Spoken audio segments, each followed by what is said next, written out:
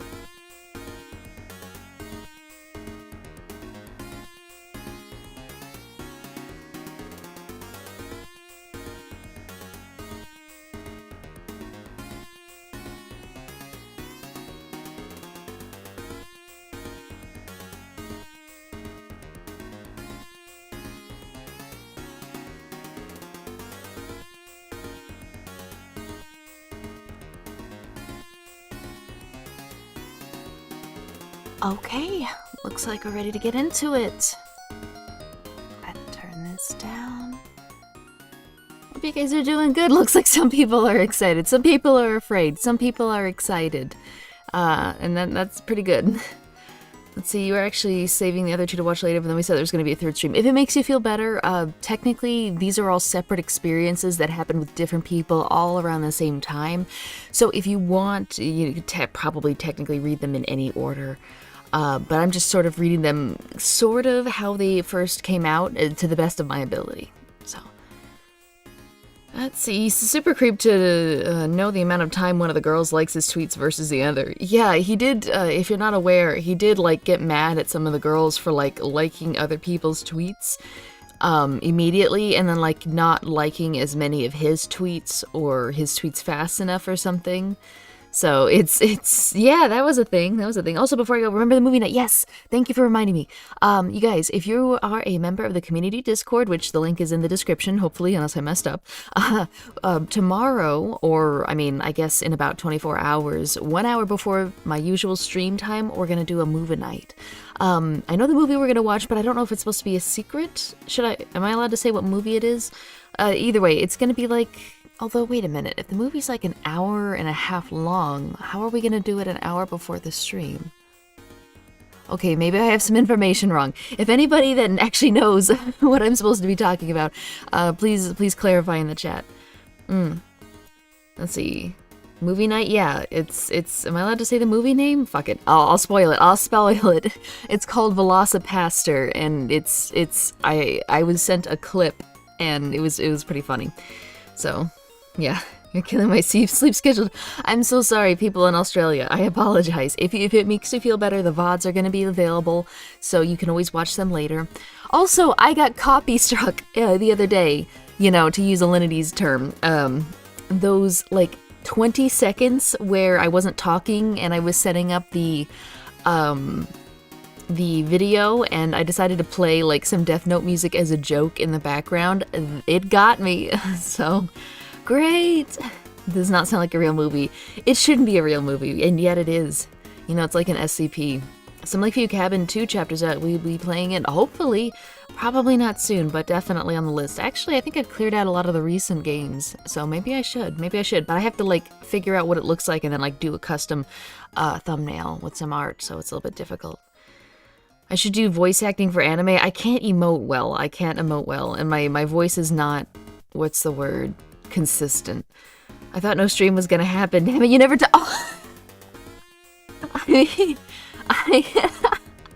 we can make it We can move it by a few hours. The movie is 1 hour and 10 minutes long. Okay, in that case, maybe we should schedule it instead of an hour before I stream, maybe like an hour and a half. That way it gives people like leeway.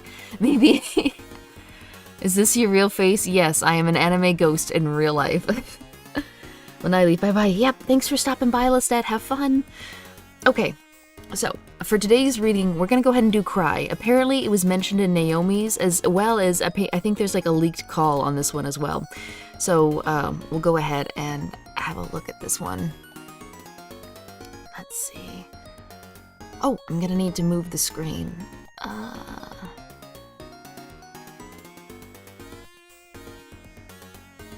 Okay.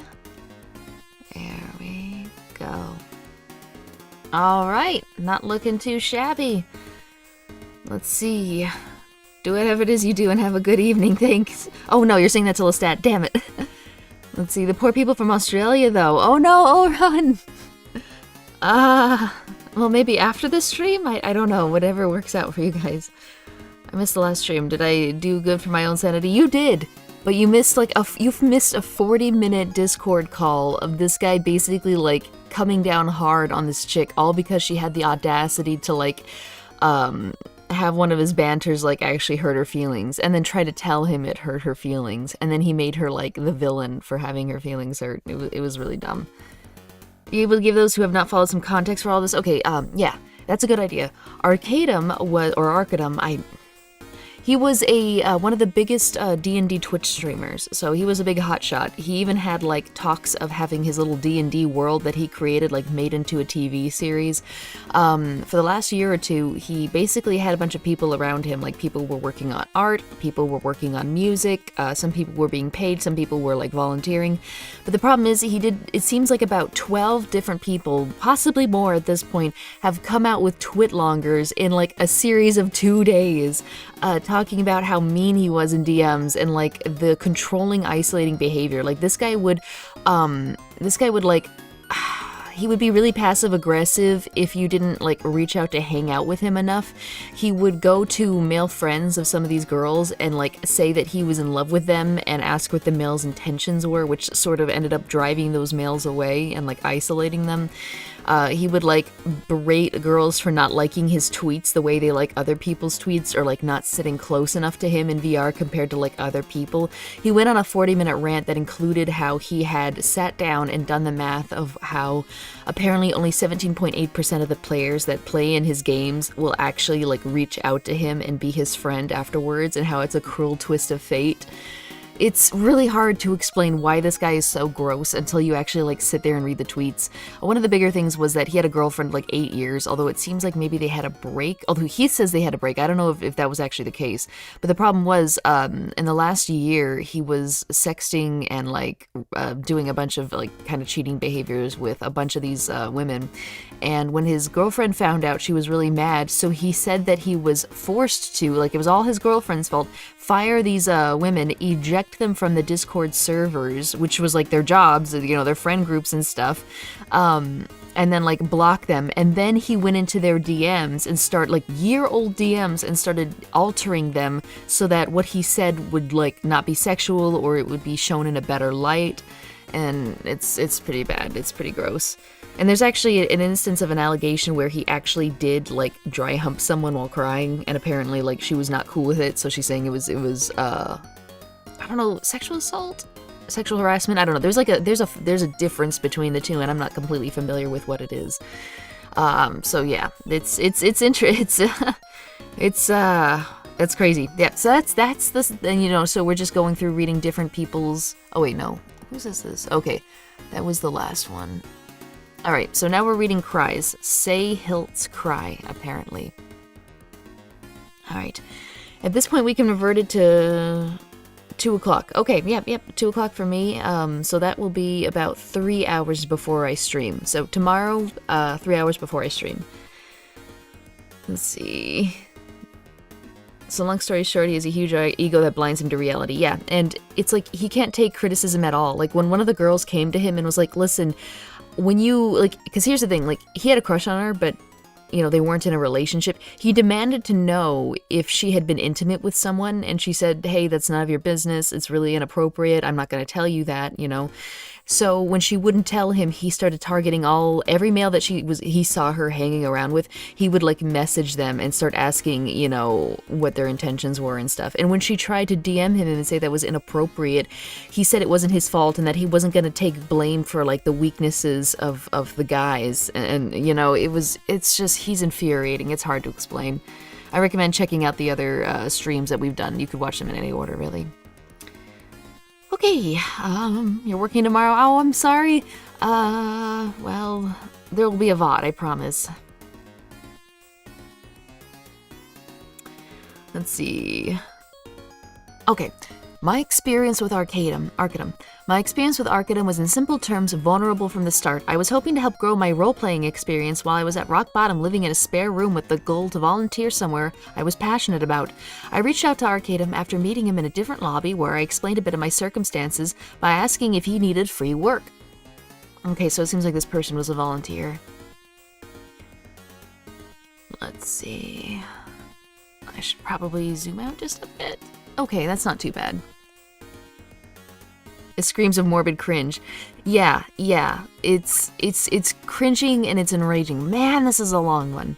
Okay, cry. Hey, this is gonna be kind of a weird message, but first off, thanks for giving me advice back then for Twitch. I said it before, but you were the very few to give me legit advice. I ended up taking a really long break from Twitch because I was being exploited hard by my brother to stream. I essentially was forced to stream or else he wouldn't drive me around or let me use VR. It sucked. I ended up having... Ooh, that's awful. I ended up having to clean the garage so he could fit his Tesla in exchange for him to let me use his index, which resulted in him scamming me saying he was never going to let me use it and just wanted the Tesla in the garage. How young is this person? This sounds like a teenage thing to happen. I left that house and that toxic family back in March, and I have been living with friends since. When I asked for advice, it was because I just wasn't having fun with Twitch anymore, and I realize now it's because I had zero control and was being used like a puppet for content. I appreciate you at least giving me the chance to roleplay in your lobby. I would have loved to have been an extra if it wasn't for not owning the VR and having to pay my brother to use it. Oh. Only thing I owned was full body since VR helped me so much with my clinical depression. I think what she's talking about is a full body is like where you can, they sell like little sensors where it comes on like a strap so you can like strap it to your arm or your legs or your hips. That way, because usually with VR, all you have are hands and a head, you know, so if you want like body tracking, leg tracking, yeah, although, man, she's really opening up to this stranger. Don't do this, guys. I mean, maybe this increased her chances of getting fame, you know, and help from this guy to like lift her up in notoriety, because it sounds like she's a streamer trying to make it. But be careful about just, you know, making yourself vulnerable like this to people, you know, because ideally it's a good guy who's going to say, oh wow, that's really sucky, here's this opportunity that's once in a lifetime. But on the other hand, what if it's a user who's like, yeah, I'll help you, and then like gets you into a bunch of stuff. So be careful about opening up to people like this. Let's see. I'm reaching out now because I still care about your passion. Would love to help out any way I can. I don't have VR right now, but I have a really nice dual screen setup and was wondering if you need any background work to help you ease with stress. I'm good at scripting Google Suite and overall most things tech related as well as micromanaging, but I'm willing to learn just about anything at the moment. I honestly just have too much time on my hands and would love to be able to help someone who tried to help me. I'm offering free work. I don't want money. I have a full-time job, slowly getting back to my feet. I just need a distraction and your content helped me, though, through really tough parts of my life, so I'd love to be able to give back if there's any way I can. Let's see. Cry opens up about being in a bad situation to get into another one. Yeah.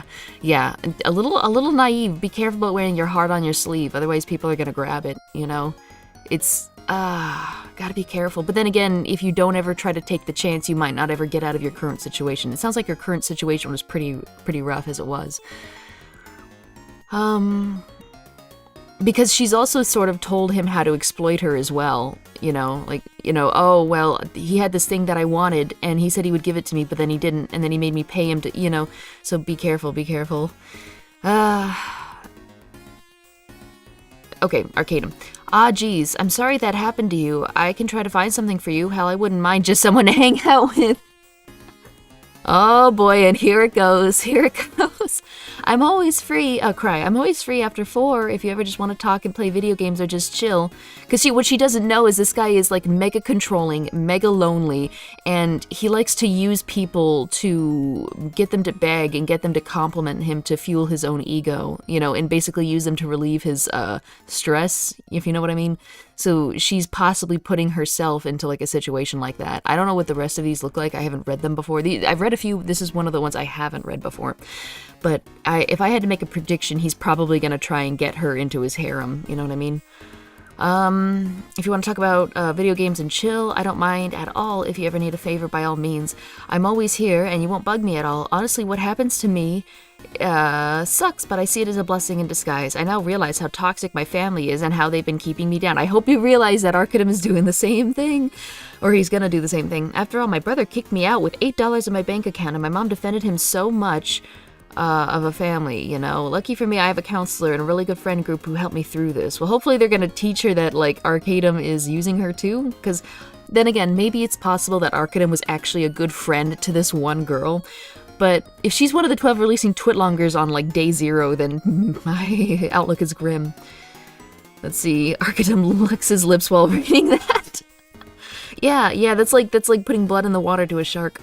I think you hit the nail on the head being there. Being vulnerable opens doors, but can leave you stranded too. Yeah, exactly. I'm naturally kind of a guarded person. Like, if I say something, it's usually because I don't care about it, or I don't find it, like, to be vulnerable. So watching people just be like, oh my gosh, you know, this is all my, like, really personal stuff. And it's like, don't do that to strangers, man. That and I reached out in Rob's community when I first got kicked out, since my friend group consisted of 20-year-olds, and I need an older advice. And luckily I got really helpful tips. I just bought my first car last month. I'm so excited, since I'm landing on my feet pretty quick. Get to go back to college next month. I normally don't like telling people my life story, but figured I might as well with you so you can better understand why I'm willing to help. Yep, laid all her cards out on the table, but that can leave you in a weak position. Let's see. Oh, yeah, and whenever you're gonna notice patterns of Arcadum, remember when I like summarize like some of the stuff he does? Like, another thing is, like, when he's jealous that you've been hanging out with someone, he'll be like, hey, I guess you found a new favorite and you don't need me anymore. And the person will be like, what? And then he'd be like, never mind, don't worry about it. The drink, you know, that's gonna be a time to drink. I wonder if he's gonna do that to her. We should have a bingo sheet, honestly, at this point. Don't drink actual alcohol, though. When you do this, you will die. From the start, I knew I was in vulnerable state, and as his first request was to be a friend. As I was dealing with a lot of hardships, I assumed he had no ill intention, so I opened up a bit and told him about my life. After some time, he started hitting on... Drink! I called it! She needs him, so he's gonna be able to basically ask her to do whatever he wants, especially if he gets her into his group, which he pretty much runs and he's the master of. Like, she has to do whatever he says, otherwise he'll kick her out and she'll lose all her friends. People already making bingo sheets? Hook me up! It's so sad. She put her hand into that bear trap. Yeah, I know. She's innocent, she's naive, and she's about to get jaded because this is like the second time in a row someone is going to take advantage of her. Was that a sound effect? No, that was a LaCroix Beach plum being, ka-chicked. I don't know what the term for pushing the tab in. Open, I mean, not open, but, you know. So, let's see...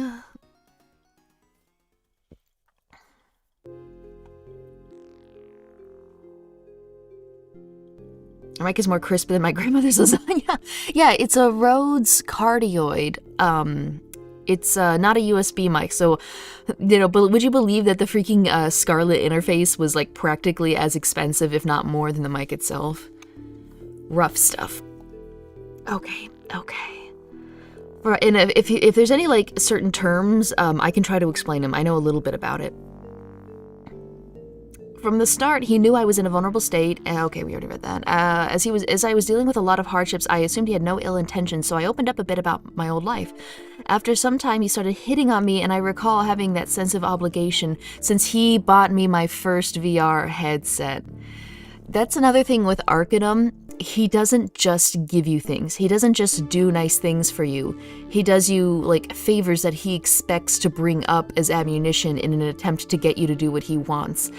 We've seen in the previous streams multiple times where he was like, I gave you your friends. I got you into D&D.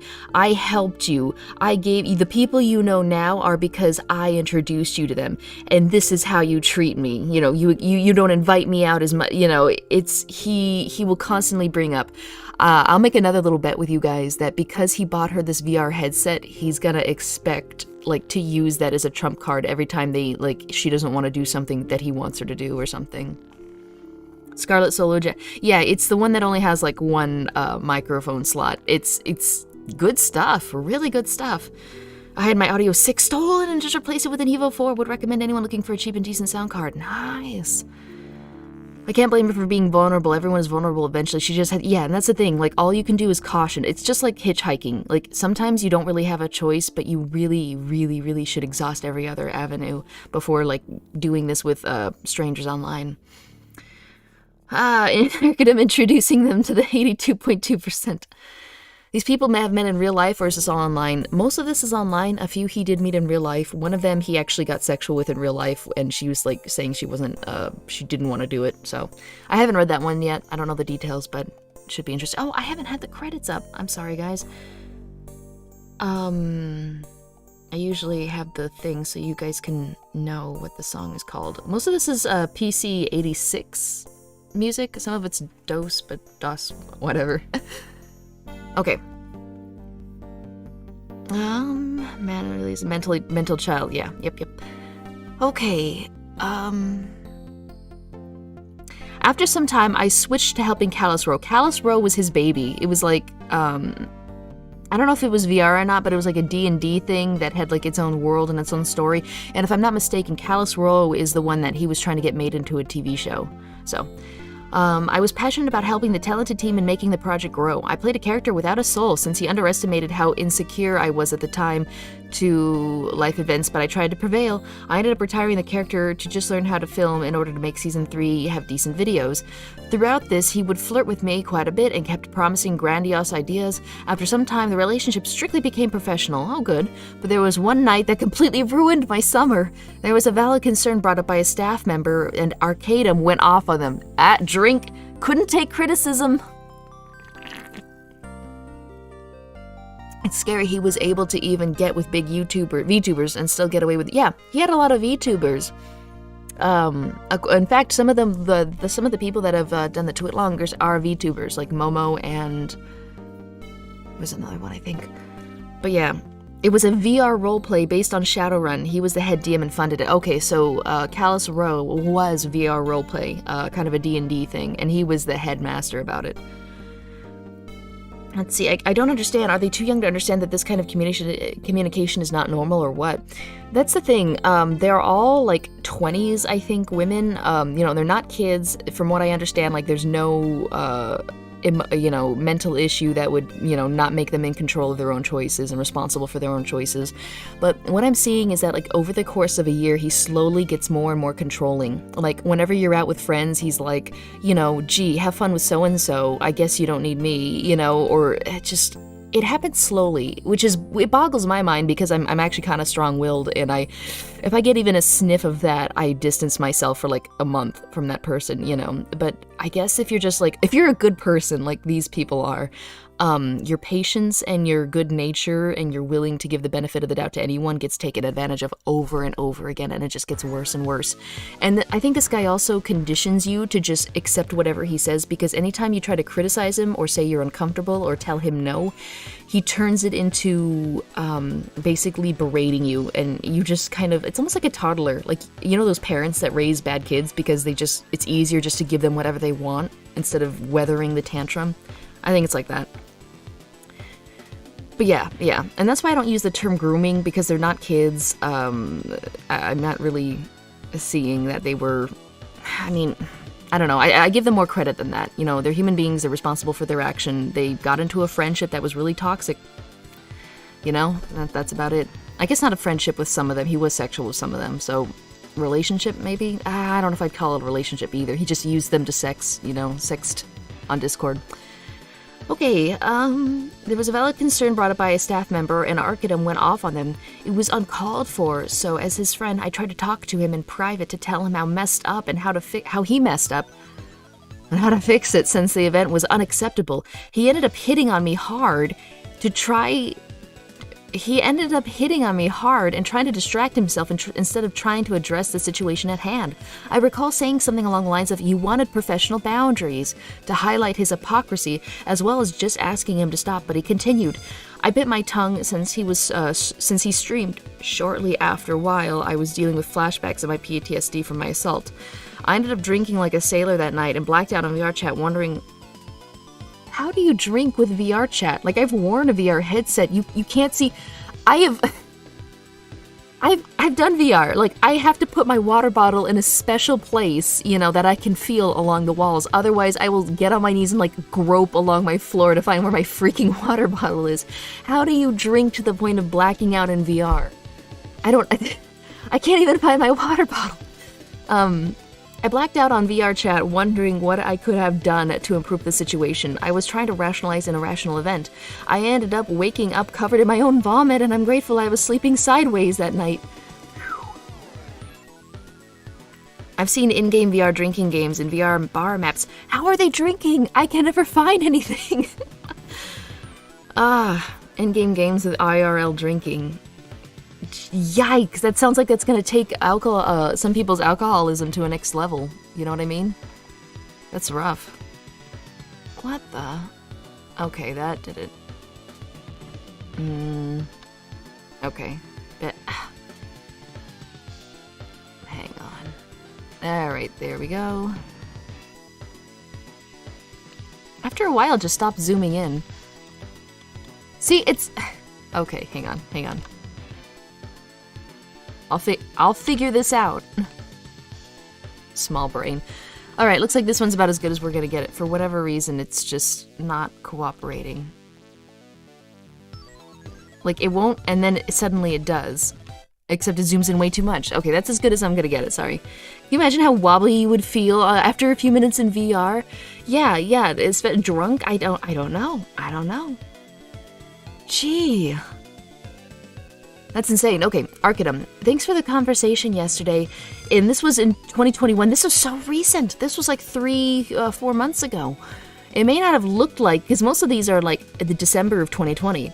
It may not have looked like it, but it helped me. And sorry if I made things awkward. I promise I did not mean them that way. Did you see my messages? Cry, I got blackout drunk after that talk. I don't want to talk about it. I just want to relax. You were the one who said you wanted a professional relationship. Arcadum, I completely agree, that's all I want. I just want to make sure you're okay is all. Cry, you crossed that line last night. I called you as a friend to point out how harsh you were on so-and-so. Arcadum, I seriously didn't mean it that way. I seriously did. Is he trying to say that he didn't... And that's the thing, like, he won't admit to anything. Like, if he, starts, wanting sexual stuff, he'll be like, oh, well, I didn't do that. Or, I was just trying to help you. It's gross. He can't ever own up to anything. Please, I am sorry that it seemed that way, and you did help me out as a friend, that's all I want. I won't talk to you about stuff like that again. I was not trying to do anything untoward, I promise you. I did not intend to cross any lines that night in VR chat. Oh, and these are edited. Like, this isn't. Oh, look at that! So this is another thing I mentioned. He started editing his messages, even a month to a year after they had been made, to take away some of the stuff that he said, to change it to make himself look better. I did not intend to cross any lines that night in VR chat. Thank you for being there and talking me down from blank and blank. Okay, gee, I wonder, considering this conversation took place 4 months ago, I wonder what he did 2 weeks ago, to edit it. It's not just me, you just didn't get me. Yeah, exactly. It's always their issue with interpreting things rather than him actually doing something bad. Let's see. Okay. Right, okay, so it looks like this is after that, and why is it super... Oh my god... Okay, it looks like that's as good as we're gonna get it. Cry, I'll be back at... maybe I can make it a bit bigger.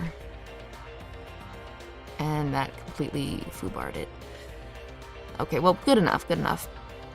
I'll be back at it tomorrow. I'm just highly emotional from waking up to my vomit on Monday. Don't tell people that. She really is just very honest with herself and the state that she's in, but the problem is she's talking to like a shark right now who's definitely gonna use it as ammo if push comes to shove. Cause like if she comes out, cause one of the girls that came out or was going to come out, he tried to tell everyone they were mentally unstable.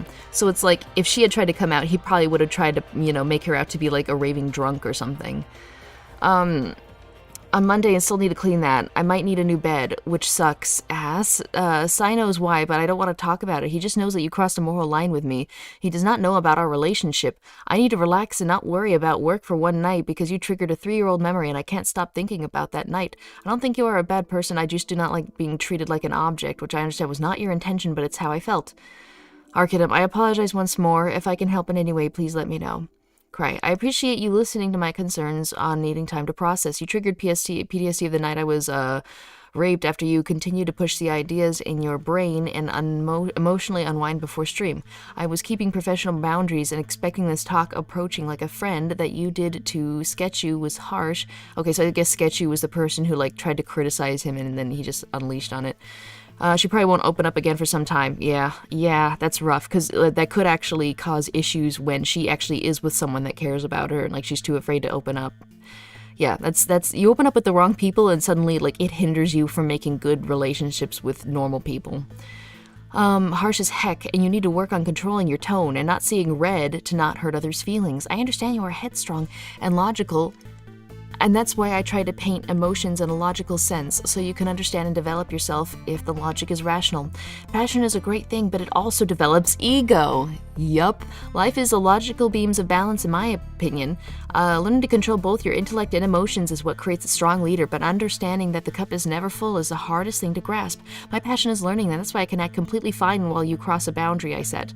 You saying you wanted a professional relationship was me identifying a fallacy. Yup, this guy has a lot of them. But you continued because you focused on your needs. I understand that. That's why I put a face and act fine while I get flashbacks to the night my boundaries were crossed.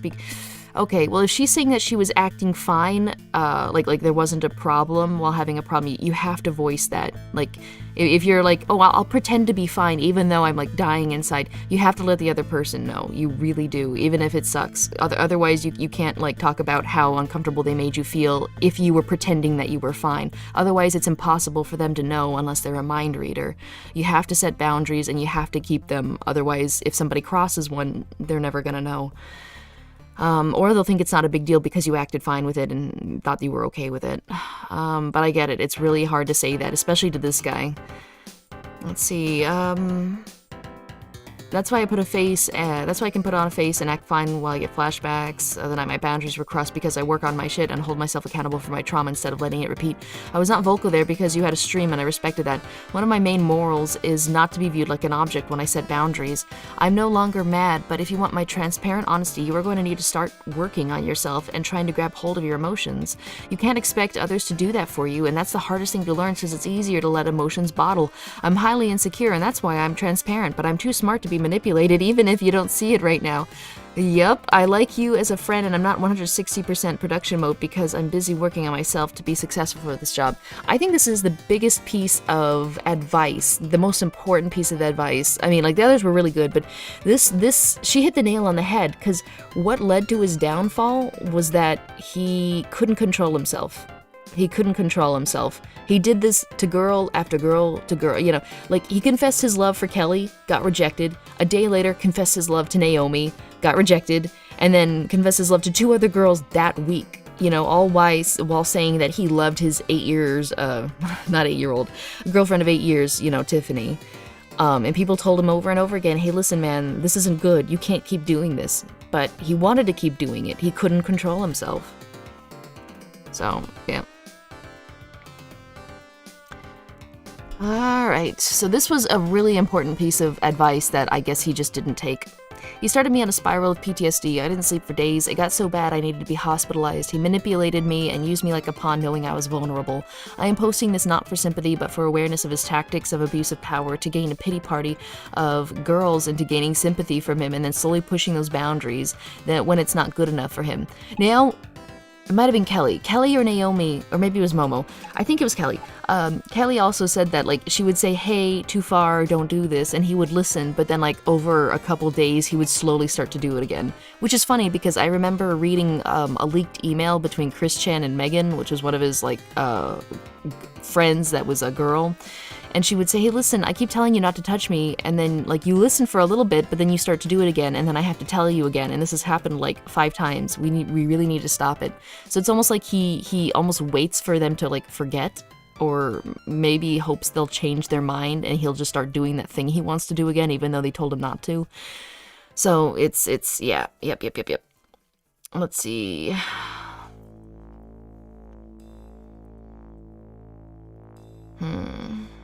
Didn't know you had a Twitch account. I barely know I have a Twitch account. I'm posting this not for... Okay, slowly pushing boundaries when it's not good enough for him. I was groomed and I was naive, but as I see over 10 plus girls who have fallen victim to him, I know what he did was intentional. He is a predator. In case you still have doubts... Okay, I heard there was a call. Let me go ahead, and I should have downloaded this beforehand.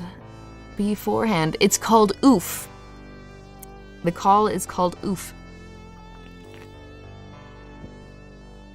We're second class here. No, definitely not. I'm not the biggest fan of Twitch, and I don't really know what to do with a Twitch account, you know, especially because, like, there's not really VODs that don't last more for, than 10 days. But that's why I make really sure to have the chat display both Twitch and YouTube. So, like, whenever you watch the screen, you can see both you guys from Twitch and YouTube. So I care about you guys. It's just Twitch I'm not so good at. Also, you can't say certain words on Twitch, you know, like simpleton. You know, or the other one. So it's I don't know, I think Twitch is a little bit unreasonable. Still recovering from yesterday. Oh no! Yeah, we do have a call. Let me go ahead and get this set up real quick. Okay, we'll have to kill this. And then... Okay, it is a 10-minute long call. Let me put something on in the background really quick. I need to make real sure that it's muted, because last time I got a little bit of a copyright whatever due to me, you know, not being that careful with the Death Note music. All right, was the light one from earlier okay? Because I think that's practically all we have. Oh, and for anyone that doesn't understand why I'm using light, there's a thing released called Gaslight Yagami, and that's, yeah. Okay. All right. I think we've got it. Can I say it on yours? I mean, you guys could probably... Well, actually, be careful if you're on Twitch chat. I think Twitch can ban you for saying the SIMP word or the CUC word. Let's see. Okay, well, this is a new one. All right. Everything's set up. I guess we'll get back into it. Okay. I can't believe I don't know what I'm doing. It's just so surreal to be, like, setting up Death Note stuff just to this guy because it's a joke. Don't get banned. Yeah, that is absolutely the goal. That's absolutely the goal here. Okay. Good to go. You should cover more YouTube/Twitch drama. It's a can of worms. The reason I'm covering this one is because I was so enraged, and also I don't think it's very controversial, because most people, except, like, super fans of him that are willing to try and, like, lie to themselves that this is perfectly normal behavior, everyone can agree on it. You know what I mean? The thing about a lot of dramas and politics is that it's very divisive, and everyone's got a different opinion, and they're very sure that it's the correct opinion. On this one, we can all agree that this was fucked, and nobody wants to see that happen again, you know? So, easy stuff.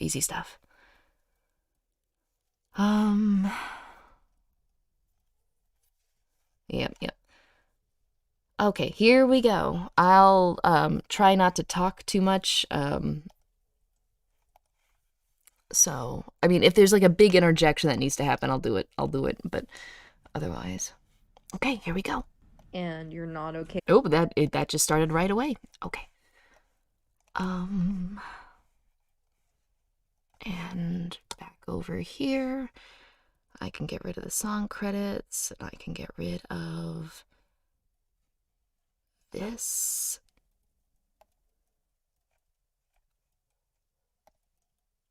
All right, the chat will be up there. I'll duck. Told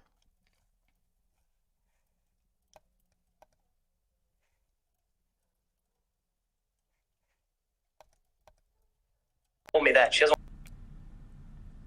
Okay. And you're not okay with me talking to Tiffany. You can try if you want, but she didn't want to talk to you. She's already told me that. She doesn't want to talk to any of you. So you mean there's more? Oh my god! Okay, she got him! She fucking got him! Okay, this must be, the call when his girlfriend found out about all the girls that he was, sexting and, like, cheating with. And then, I guess she wanted to, like, explain things to Tiffany, and then he said, she doesn't want to talk to any of you. And she's like, oh, so you've done this with more than one girl? He just gave himself away. You know, for such a, like, guy who thinks he's so smart, he makes a lot of stupid mistakes. Okay. She didn't want to talk to you. She's already told me that. She doesn't want to talk to any of you. So you mean there's more?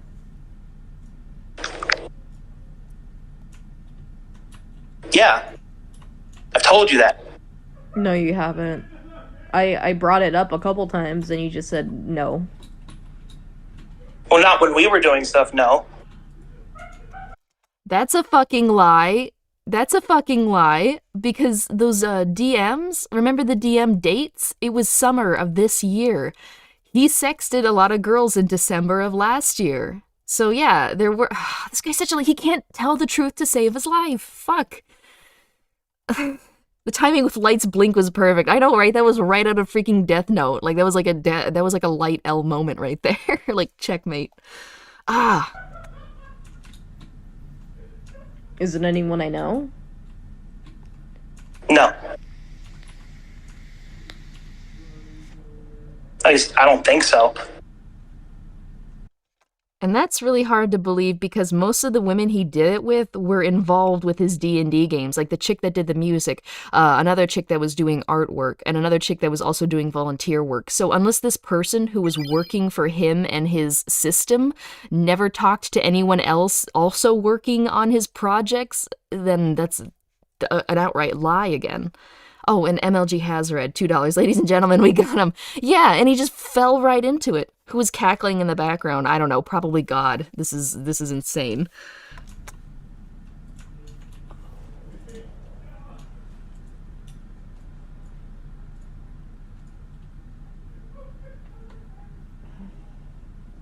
Oh, I should mention that wasn't on my end. This was all before you anyway. So it was just another person. It's not like that. So then what is it then? What do you mean? When we were talking, I thought we were having fun. I didn't realize that you had feelings for me because I didn't have feelings for... Oh my god! Remember, like 3 months ago, that stupid fucking thing where it's like, hey, listen, I'm not cool being in a relationship with you. It's not cool for you to, like, make those advances. You really triggered me. Fast forward, he's like, I didn't know you had feelings for me. For you. Yeah, you literally, you said you were, the messages are there. Like, you told me you were a friend and that you just needed help. Yeah. And I tried helping you. And now look where it's got me. And now what? Look where it's got me. In extreme emotional distress.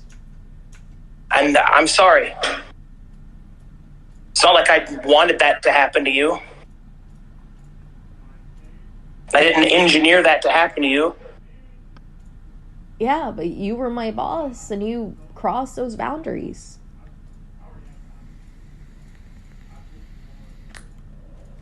I'm sorry.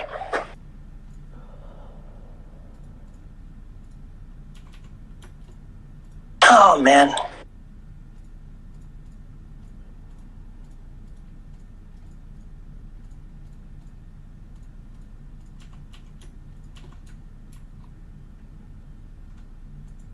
Oh, man, my life is falling apart.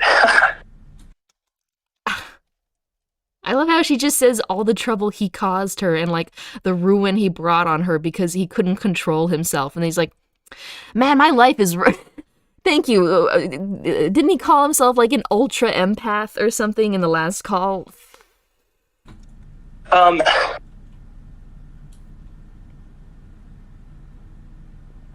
mean, you got yourself in a pickle, man. I don't know what else to tell you. All I can do is do my best to make things right.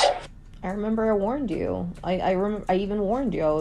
She did. We read it. It was like, just make sure you don't do this a lot, because this is how most streamers fall. Yeah. Well, you were never an object to me. Ever. And I will stand by that, because it's me saying it. I know my heart. You were a friend. And I'm sorry that we fell out of touch due to various circumstances. But I hung out with you with Chandler. I wanted to make sure that happened. And we had a great time, and it was no problems at all. And I was very happy for it. And I'm sorry this is happening now. This is not what I wanted. This was not my intention. I want to make sure that you have the opportunity to do the things in Kalispell that you want to do. And I will talk to her about that. But we can't talk directly anymore. Okay. That's the cost.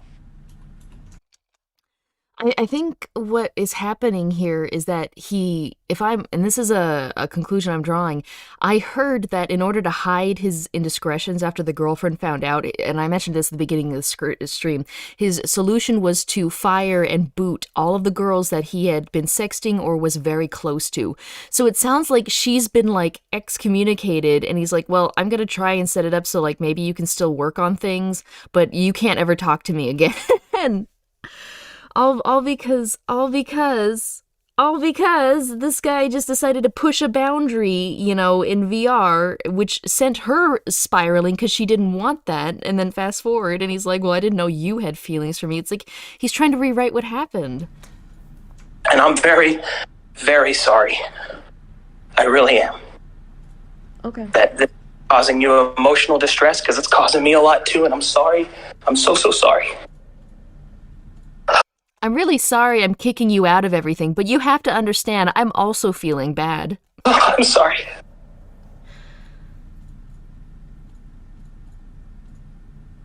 Are you? Oh, Tom L. says he kicked them out of his Discord servers. That's how they managed to piece things together. Yeah, from what I understand, the time between when his girlfriend found out and when he kicked everybody to the time when the the Twitlongers were released, there was like a couple days to weeks in between that time, and I guess that's when everybody actually started talking to each other. You doing okay? Like you said that you were really depressed, and I'm very sorry this is on you. Do you need help in any way? How can you help me?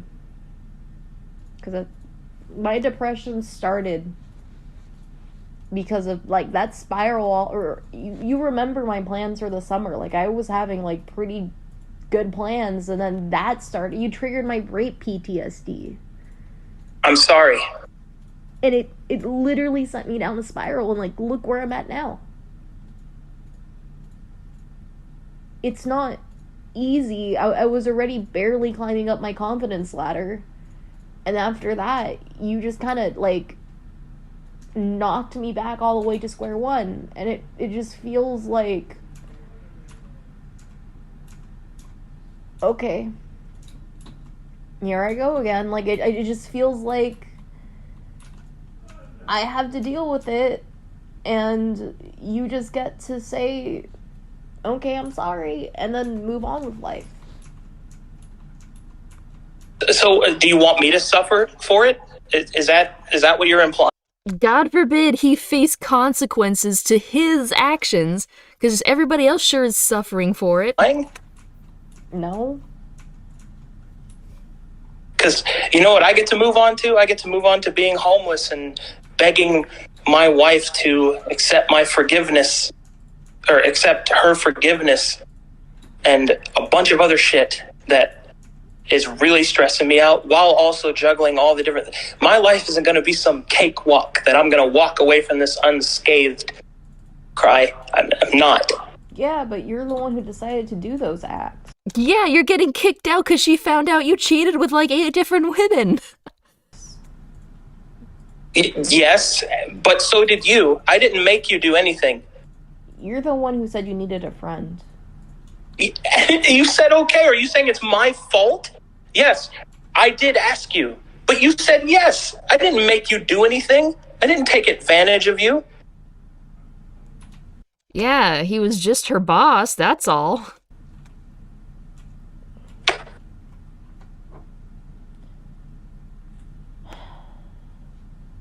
Is that what you feel like happened? I was True. literally at the bottom of my life. You said you needed a friend. I tried to be your friend. And then you kept hitting on me. And then when I tried to tell you to just find escorts or find someone else, that wasn't good enough for you. And then I told myself, you know what? If it's not me, it's probably some other girl. Then at least I can keep my mouth shut. I never treated you like that. In my mind, I never looked at it like that. And if that's how it happened, you know. Yeah, there was someone yelling in the background. I don't know if it's on his end or her end, but yeah. To you, I am sorry, but that is not how I approached it at all. That is not how.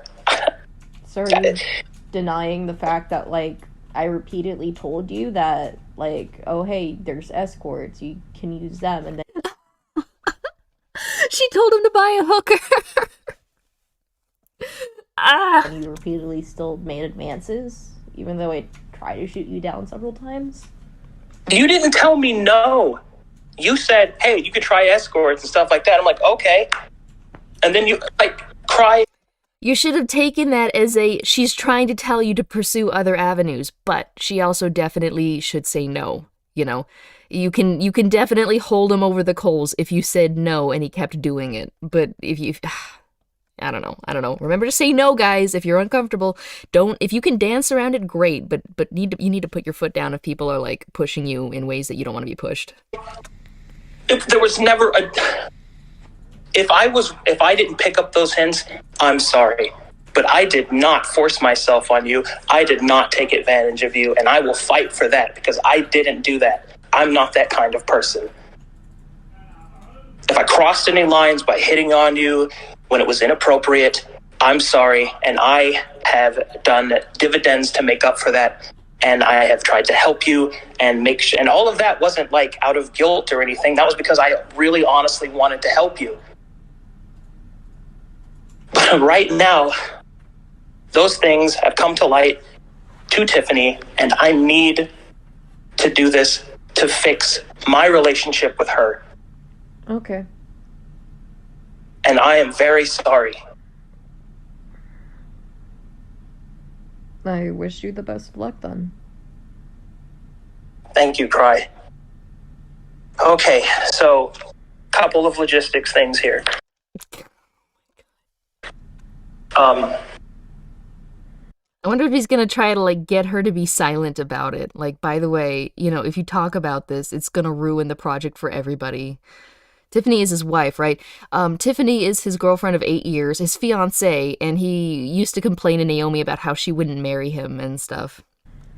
I'm going to message Simon to let him know that you need to go through him. I won't tell him why. I'll just tell him. He's a pretty cool guy. I know he'll understand. And, well, do you still want to be on the marketing team? Like, what's your plan? I know you're in a depressive state right now. I have been filming. You have? Okay.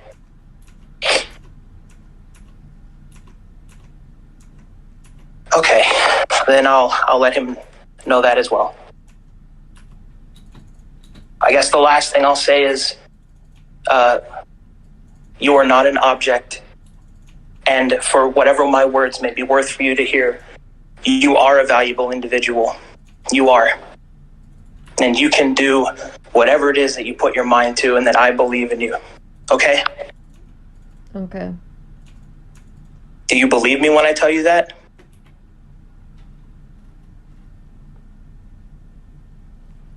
Because it is the truth. I believe that.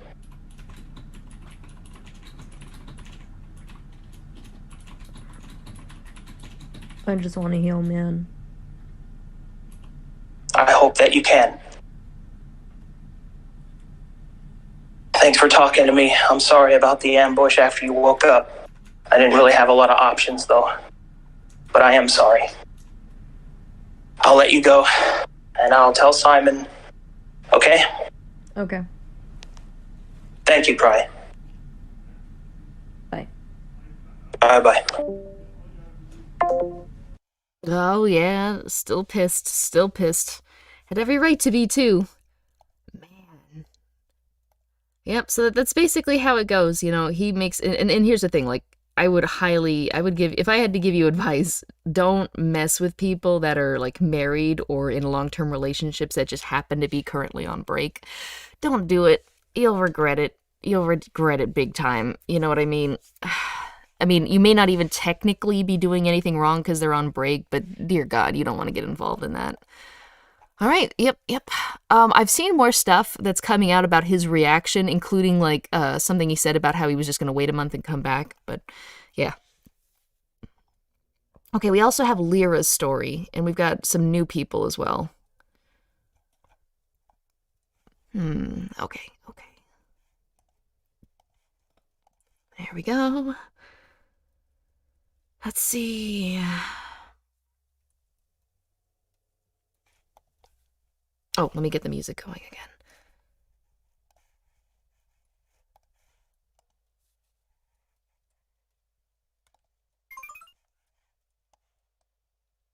Oh, I need to turn it down. Wait. Okay, let me know. I had to bump up the audio to play it because the audio was a little low on that one. But let me know if it's too loud or too quiet or anything in between.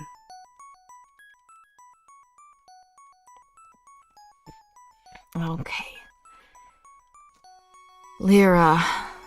Lyra 121. My personal history with Arcadum. Sorry, did the stream break? Did it? How many stories do we have? Dude, like 15. Like 15.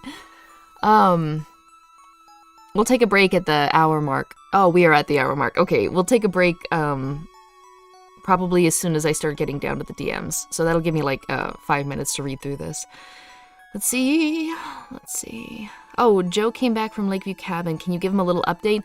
One of the biggest Twitch streamers of D&D apparently did a bunch of really gross things to the people around him, mostly the women.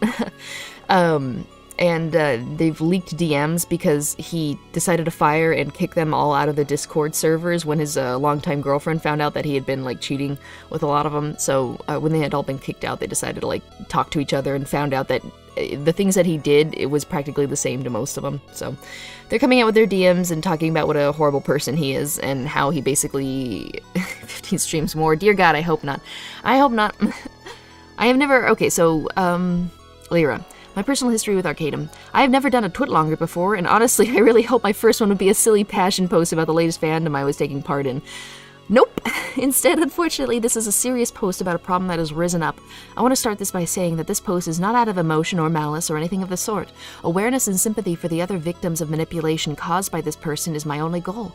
I had already come to terms with everything long ago and moved on. The only reason this post is being written is because it has come to my attention of how many other women are coming to each other, realizing we were all manipulated in the same ways.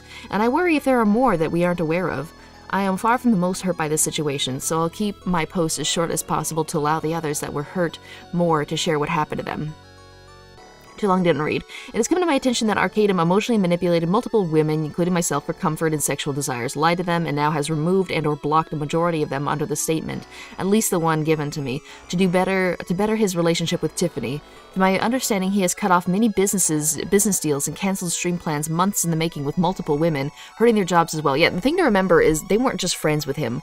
Callus Row was in the works of maybe getting business and getting a TV show, and a lot of these guys were either doing volunteer work or like flat out being paid for their work. So imagine like you suddenly just get fired from your job, like your streams with this really big player cut off because, you know, his girlfriend found out he was cheating with a bunch of women, and so he's blocking the ones he was with and the ones he was just close with. So it's really screwed up to just be, you know, treated that way.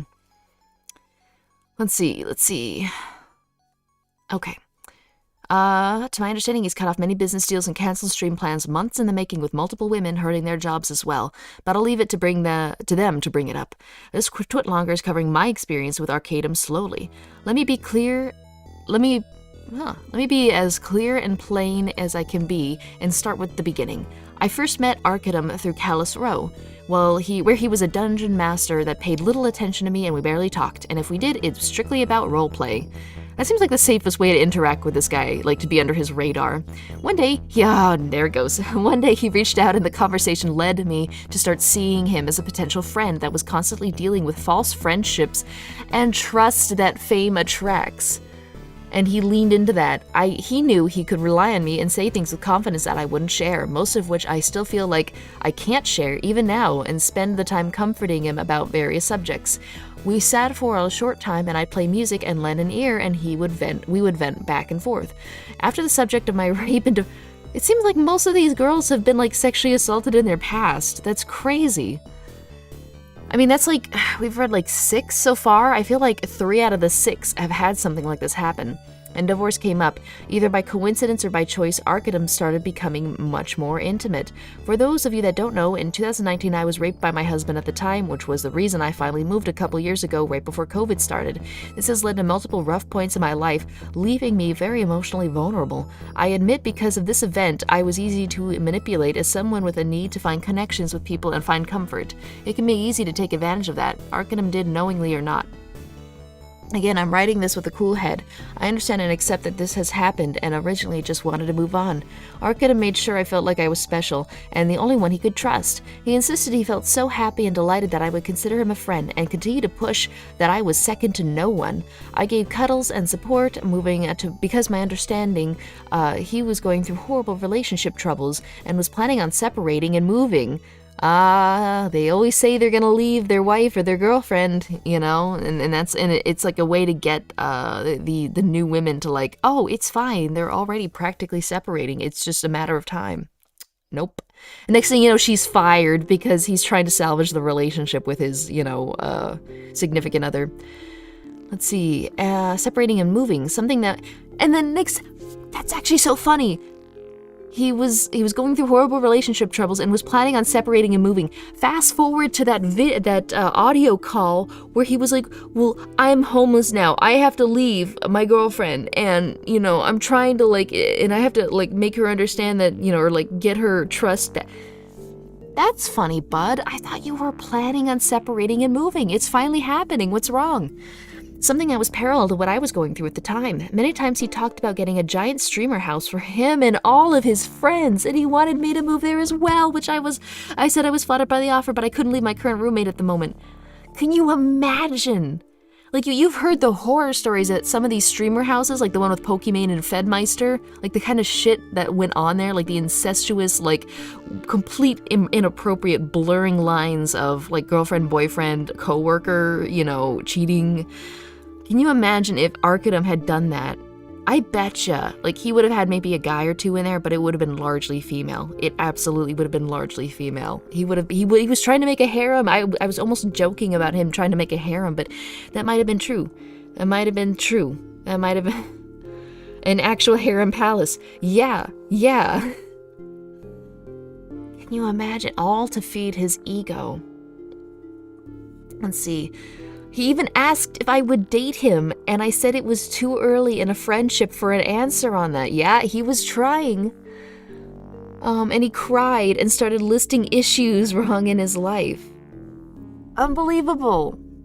Ask if she's gonna date you. When she rejects you, you start crying and listing issues going wrong with his life. Drink, because that is an Arcadum special. When something happens and you don't like it, you get told no, or you get told that you're doing something wrong, you immediately start playing victim and making them comfort you. I really need to, like, get a drinking animation. Otherwise, I'm just drinking invisible stuff. Pro tip for building a harem, start by being attractive. Honestly, this guy is pretty average. I mean, he looks like a stereotype, which is funny. But the biggest thing is to actually treat the women in your harem well. and you know what I mean? How are you gonna want a harem when you absolutely treat all the women horribly? I think you listed the arguments in yesterday's document. The drink is ghostier than I am. Yep. Though I found out later that these events happened around the same time as some others. Arcadum continued to say I was the only one he could trust, that he had a personal friendship and wanted personal lap dances. Guys, personal friendship, personal lap dances. I need a break. I mean, let me go get a refill on the water. My LaCroix is fine, but I need more actual water. I'm getting, like, dry throat from reading this. My god. Okay, we'll be back in a second. Give me, like, 2 minutes. I need to go, like, run up and down the stairs or something. I'll be right back.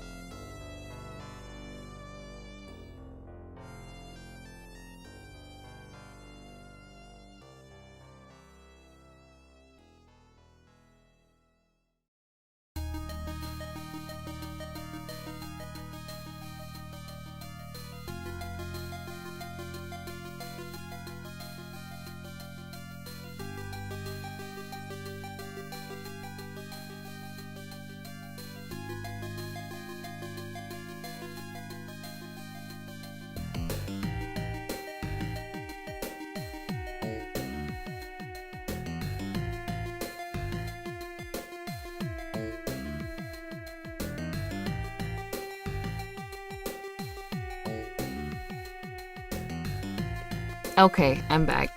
I burned off a lot of energy, so we're good to go. Also got a fresh water bottle and a tiny bag of Lay's chips.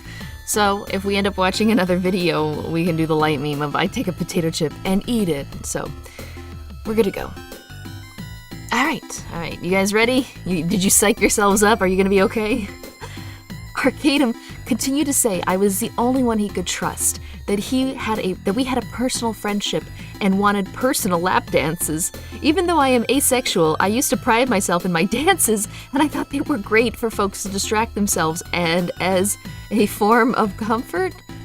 Well, I almost can't make fun of him for saying that he needed a personal lap dance, like, for a personal friendship, if she was saying, like, yeah, this is what I would do. I would do lap dances to comfort people. Okay. There were a couple times where he would ask, and I said I'd rather just talk as friends. Okay, well, that's weird. So she wouldn't do them with friends, but then who is she doing them with if she's not with anybody?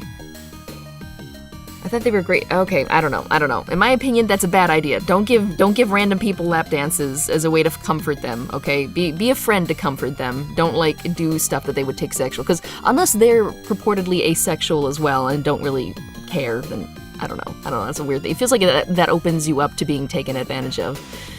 Let's see, he would apologize and say how much of a terrible person he was for asking, and in the same sentence insist it was because I was so special and he loved me and how badly he wanted it, and the subject stayed until he either received attention or suddenly had to dip out to another world or offline. And that's something we see, I guess we'll drink, because that's an Arcadum thing to do. Like, if somebody tells him no, suddenly he's you know, throwing a big pity party and, like, making you comfort him because he starts beating himself up, like, what a terrible person he is. Stormy Knight's got a good point. Don't do favors for comforting people. It can get weird. Yeah, exactly. The best way to comfort people, like legit comfort and not somebody wants to take advantage of you to make you do something for them, just be there. Be there, be a shoulder, be an ear, and that's it, okay? Otherwise, people are going to be going to you and being like, oh my gosh, I'm so sad right now. Can you comfort me? Don't cross those, you know, for someone, wait, no, okay, it was the other individual that said that she wanted professional. So this person is a different person. This is Lyra. They never said they wanted professional boundaries, so, I don't know. Reportedly asexual. This is a US only thing, right? Your countries have... No comment. But yeah, I will say it is a little bit nutty to give people lap dances as a form of comfort. I don't know what the fuck that is. I mean... I don't know what the fuck that is. And I don't think that's an asexual thing. I don't know what that is. And I think that would be a terrible thing to do to people you work with, because that's just going to cause all sorts of issues. Keep your boundaries. Let's see. Most of our interactions were either voice calls or within VR chat. And as such, I don't have any screenshots of interactions other than him editing responses to photos, or a few statements of him saying, I'm special and second to no one. I never thought to screenshot at the moment, as I truly believed him, and even after some time, I thought it was just me getting stepped over, and I had no plans of ever bringing this to light. Now scrolling up in our DM history after our latest call, there's a call? Okay, I might be able to eat the potato chips on the call. I mean, not with the mic on, but you know. About how much he trusts me and needs me on his side, do I see that he had deleted and edited everything that could possibly be taken in a way not in his favor. Shit! I hope she got the, I hope there's an original video evidence of him editing a response over a year later, specifically the day he called and kicked me from other servers. Yeah, so even the asexual individual that didn't want to do a lap dance for him got booted. You know what I mean? Like, everybody got booted, not just the ones that participated in the sexting. Psychologists, ever consider a lap dance from an employee? Could help your attachment anxiety. Let's see. My boyfriend just said, hey Google, play platonic intimate dance, Lamau. Yeah. Alright, well let me get this MP4 set up. It's probably gonna be really short. But we can take, okay, yep, it's real short. But we can have a look. Let's see. I've been in some circles with weird customs and rituals, but it works if there's a respect for everyone's individual boundaries. But yeah, but that's the thing, there's never respect, ever. Especially in a group. Like, that's why being a couple works so well, because it's you and one other person. You know, best chance for success, right? But the second you've got 10 people, you really can't control or understand, you know, what they're thinking and what they want and what their boundaries are, you know? Suddenly you're dealing with 10 different boundaries, 10 different triggers, 10 different, you know, kinks and stuff, and I don't see how it's possible, in my opinion. These things are bound to fail in my... Now, of course, if you're part of like a special group where you manage to do comforting lap dances that aren't sexual, don't make people jealous and, you know, don't cause any trouble, amazing. But otherwise, I can't understand it. Maybe I'm just too much of a prude, but I don't understand it. Okay. There we go. Here we go. Okay. So this is the video. It's 7 seconds long. The original, okay, so it took place late 2020.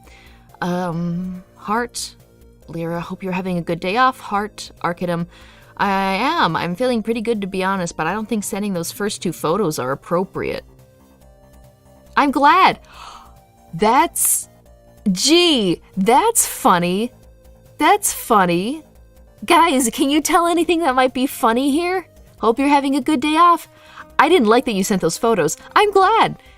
Gee, I wonder what it used to say to make her say I'm glad, because it certainly was, I don't think those photos you sent me were appropriate. He didn't edit this one.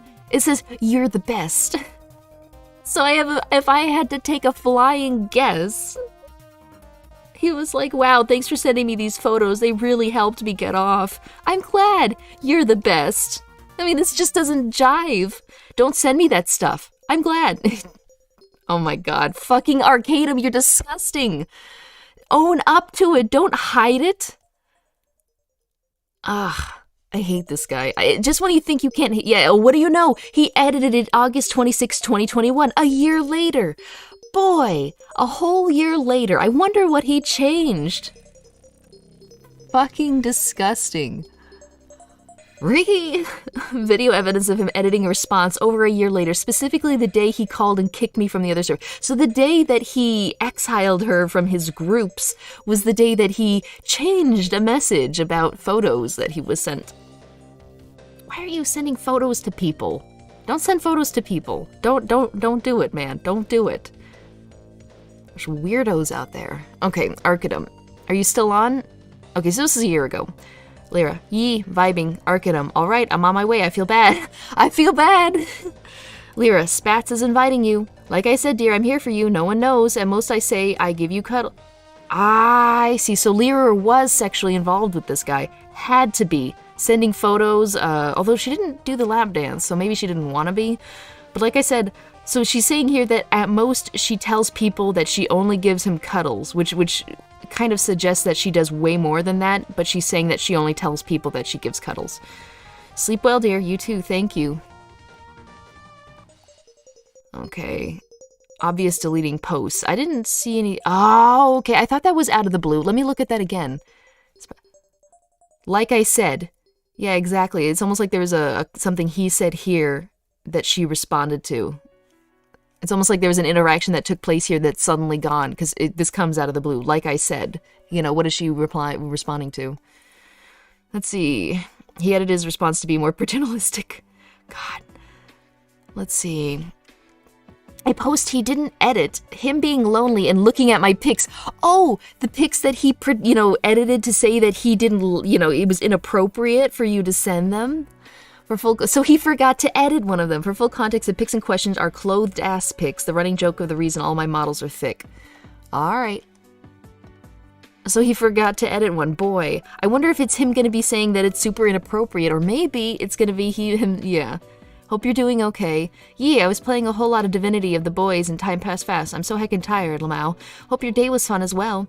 It was pretty good. Now I'm just laying in bed, kind of lonely. Been looking at your pictures for like 10 minutes. Oh, glad you had a good day, heart, haha. I'm glad you still like the pics. Still like the pics, insinuating that he liked them before. Which is really fucking funny because, well, suddenly it's edited for him to say, get out of the way, get out of the way. I'm feeling pretty good, but I don't think sending those first 2 photos are appropriate. That's awfully strange. 7:30, 2020. 7:20. Been laying in bed, lonely, looking at your pictures for 10 minutes.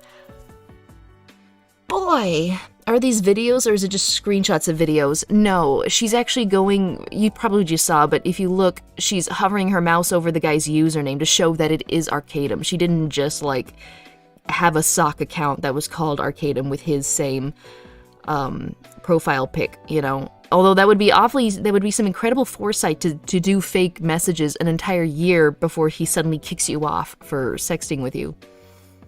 Let's see. How do we even spiral into Arcadum's sheet? How did this come up? I saw someone read the messages out and I got really angry and I was just like, okay, everybody needs to know about this because I'm freaking incensed. Screenshot of his last call where he unfriended me and kicked me from servers, providing a date. Let me see here. Oh. Okay, so the call and the time that he booted her was 8/26/2021.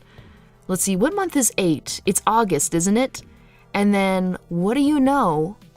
August 26th was... I'm gonna bet the day was edited. What do you know? August 26th. Gee. It's funny how it lines up, isn't it? He's over 30. Yeah, he's like 32. I can't believe this. I can't imagine how much time he spent rereading chat logs. Well, apparently he missed a couple about the one where he was laying in bed being extra lonely and looking at her pictures for 10 minutes. What a lying sleaze. Okay, when I confronted him about what he was doing with another woman, at the time I knew of one other... Wait, are you saying you were, like, jealous? Aren't you asexual? When I confronted him about what he was doing with another woman, at the time I knew of one other he was visiting, and I thought it was only her. Yeah, there was a lot, weren't there? He would immediately get defensive and say that what we had wasn't unique, about how he wasn't lying about anything, as he never said I was the only one he came to for comfort. See, that's the really funny thing, isn't it? You know, the lap dances and everything else, the cuddles, that's just for comfort. It's not sexual at all. Next thing you know, she feels the need to confront him about him going to another woman for comfort. It's almost like this stuff doesn't work, even though you say it's not sexual. You know what I mean? Because if it truly wasn't, and it was just a very standard way to comfort someone, you wouldn't be confronting him when he was going to another woman for comfort, right? That's why this stuff doesn't work. Every time I hear someone say, oh, it's not sexual, oh, you know, I'm asexual, I'm not, you know, they end up getting jealous, and it's, I don't know. I have very little faith when people say that about themselves. Could be true, but every time I see it, I watch it blow up, and I'm like, yeah, okay. Okay, so she's confronting him about going to another woman for comfort. He's like, yeah, well, so what? You're not the only one I go to for comfort, which is, yeah. I understood and started distancing myself as I thought he found someone he was actually interested in and backed off. No, he was just using everyone for comfort, you know?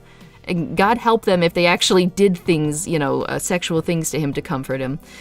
Backed off. I didn't want to deal with anything anymore. However, he continued to ask me later, and I insisted on staying as only a friend. Yeah, good. You know he's a sleaze now. Don't do things, you know, for him thinking that you've got something.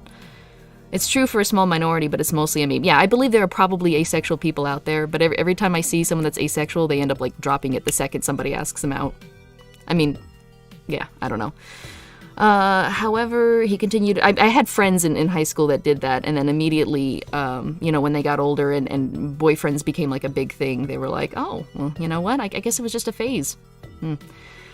However, he continued to ask me later, insisted on staying as only a friend because I was still under the mindset that he just didn't have genuine friends, and at the very least, I could offer that. I should point out that when I was in school, asexual I don't think was much of a thing. It was more like, oh, I just don't feel sexual towards other people. You know, I'm above it. You know, I just don't get those urges.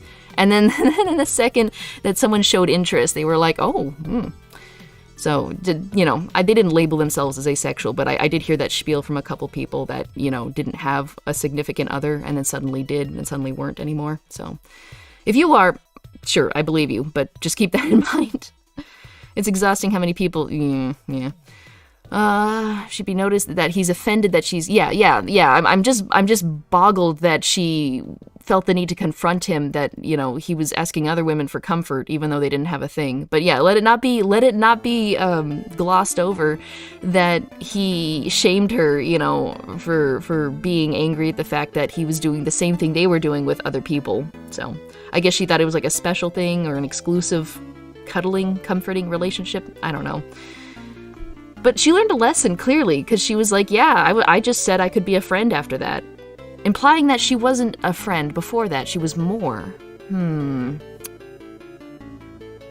Labels don't need to be accurate, they only need to feel suitable. Yeah. I'm sure people, like, tell themselves that, you know, I'm this, to kind of, like, help them gain some, like, structure in their lives. So, people are wishy-washy, in my opinion. So, if it works at the time, then it works at the time. Let's see, there were also times where we were hanging out and I would bring up Callus Row-related... Oh, wait, I skipped a line. However, when we hung out after that, there was minimal time talking where he would change the subject to be more than friendly. Oh, he's trying to get it again. And then, when I did not return the energy, he suddenly had to leave. Yeah, it's almost like he was just using you, and when you wouldn't put out, he bounced. There were also times where we were hanging out and I would bring up Callus Row-related subjects and he would outburst and yell that I was using him, saying I was a manipulative person, leaving me in tears. Oh, what the fuck? What the fuck? Yeah, you know, to go to another thing, Golgum points out that when a woman got, you know, like, he would give women hard time and demand to know who they were intimate with, even though they weren't in a relationship. But here, when he's doing stuff with this individual, you know, she didn't have a right to confront him about doing similar or other stuff with other women. It's so backwards. I can't believe that. I can't believe he's... When I would bring up Callus Row-related subjects, he would outburst and yell that I was using him, saying I was a manipulative person, leaving me in tears. That's so awful. What? Then, after I insisted that it was just a conversation topic, he would turn around and say that he never meant any of that. His life was stressful, and if I was the only one he could still trust these days, and how horrible of a person he is for yelling at me. Stop manipulating me, woman. Arcadum. Yeah, exactly. What the hell? Let's see. The only real conversations we had around this time were him calling to vent concerns and try to get me to be on his side about various subjects. Volcona was a conversation subject that came up multiple times, where he would talk down the subject and say that she was going to attempt to cancel his career over roleplay drama, and how if anything happened, he needed me on his side. I shall point out that we haven't read Volcona's account yet, but people are telling me that they've looked at it, and apparently he met her in real life, and this is the crying and humping from behind thing. So... that's what I've been hearing, that was specifically Volcona, so heads up. You know, it's funny that he called it roleplay drama when apparently that's what happened. At the time, I didn't know the things between Arcadum and Volcona, and learning more of their history and how much it was downplayed and summed up as roleplay drama really makes me feel that Arcadum was trying to paint Volcona in a light that would encourage distance from her. There were also the calls I've had which consisted of him asking, "Do you think I'm a terrible person?" and him telling me about his guilt, where I'd insist that he made mistakes but I don't hate him. Yeah, having to comfort him, you'll see that a lot. Like, he'll talk about, like, he'll beat himself up and then cause the other person to be like, oh, no, don't beat yourself up, don't be too hard on yourself, you made mistakes, but you just have to learn from, you know, comforting him, basically. This was under the understanding that he used me for comfort and eventually found someone he was actually interested in. I guess maybe they mean until he actually found someone he was interested in. Again, if it was that, I wouldn't have given this any more thought. I would never have thought to write this post. It wouldn't be the first time someone had done this to me. What changed my mind is learning that this has happened, and worse, for so many more women who experience the same things around the same time. Over 10 women have come forward as being emotionally manipulated and otherwise used by Arcadum. Some being at the same time, and that's only the women I'm aware of. Even if Arcadum never does this again, damage has been done to many of these women, and my heart aches for them. Hearing some of the recordings and reading what has happened to them, I can understand and forgive genuine mistakes, and I cannot in good faith call something that has happened more than 10 times an honest mistake. Yeah, exactly. You have so many logs from different people saying, this isn't good, please stop doing this isn't good, and then he's just like, I had no idea. Meanwhile, he's saying, you know, to girl B, I had no idea. To girl C, I had no idea. You know, like, there's so many times you can say I had no idea to the exact same accusations that it looks like you're just lying. He's done this to too many women too long without awareness. Don't just read in my posts, read and hear what others have experienced. And as upsetting as some of the audio is, it's important you hear them and learn and come to your own conclusions about Arcadum. Yeah. Yeah.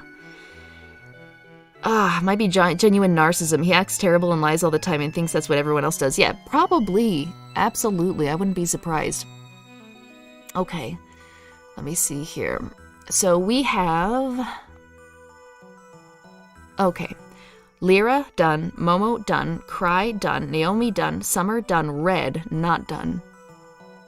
We've also got Uzu, Fulcana, and Kelly. We've done Kelly. I guess we'll do Red. Let's see. Yeah, it's mind-boggling. Like, he can't play innocent if all these women were telling him over and over again, and he kept saying, I had no idea. I mean, that's weird. You didn't have an idea, like, the last 10 times you did it and was called out for it in private DMs. Let's see. Oh my god, Michael Roberts with the $5. To be fair, crying and humping is like him forcing a comfort lap dance. Yeah. Jesus Christ, this guy. So he definitely knew what he was doing was wrong, or at least what he perceived as horrible enough to change his aspirations. Yeah, he knew. He just didn't care, and he kept relying on people to think that, he just kept relying that people would think that he was just stupid, or he needed to be explained to over and over again. Okay, so this is from Red, the Empress Red. I haven't read this one, by the way, so this is new to me. My experience with Arcadum. Well, here we go. Since the 21st of July, 2020, I have been friends with Arcadum. Yeah, it seems like all of these people seemed to really, make contact with him about a year ago, just over a year ago. I have been friends with Arcadum. We met via our mutual friend Kelly in VR chat. He liked how I was funny and could make him laugh, so he sought me out.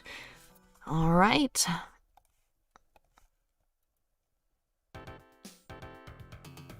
Clap back. Okay. Wait a minute. Arcadum, aka every villain ever. Okay, that's weirdly kind of a premonition.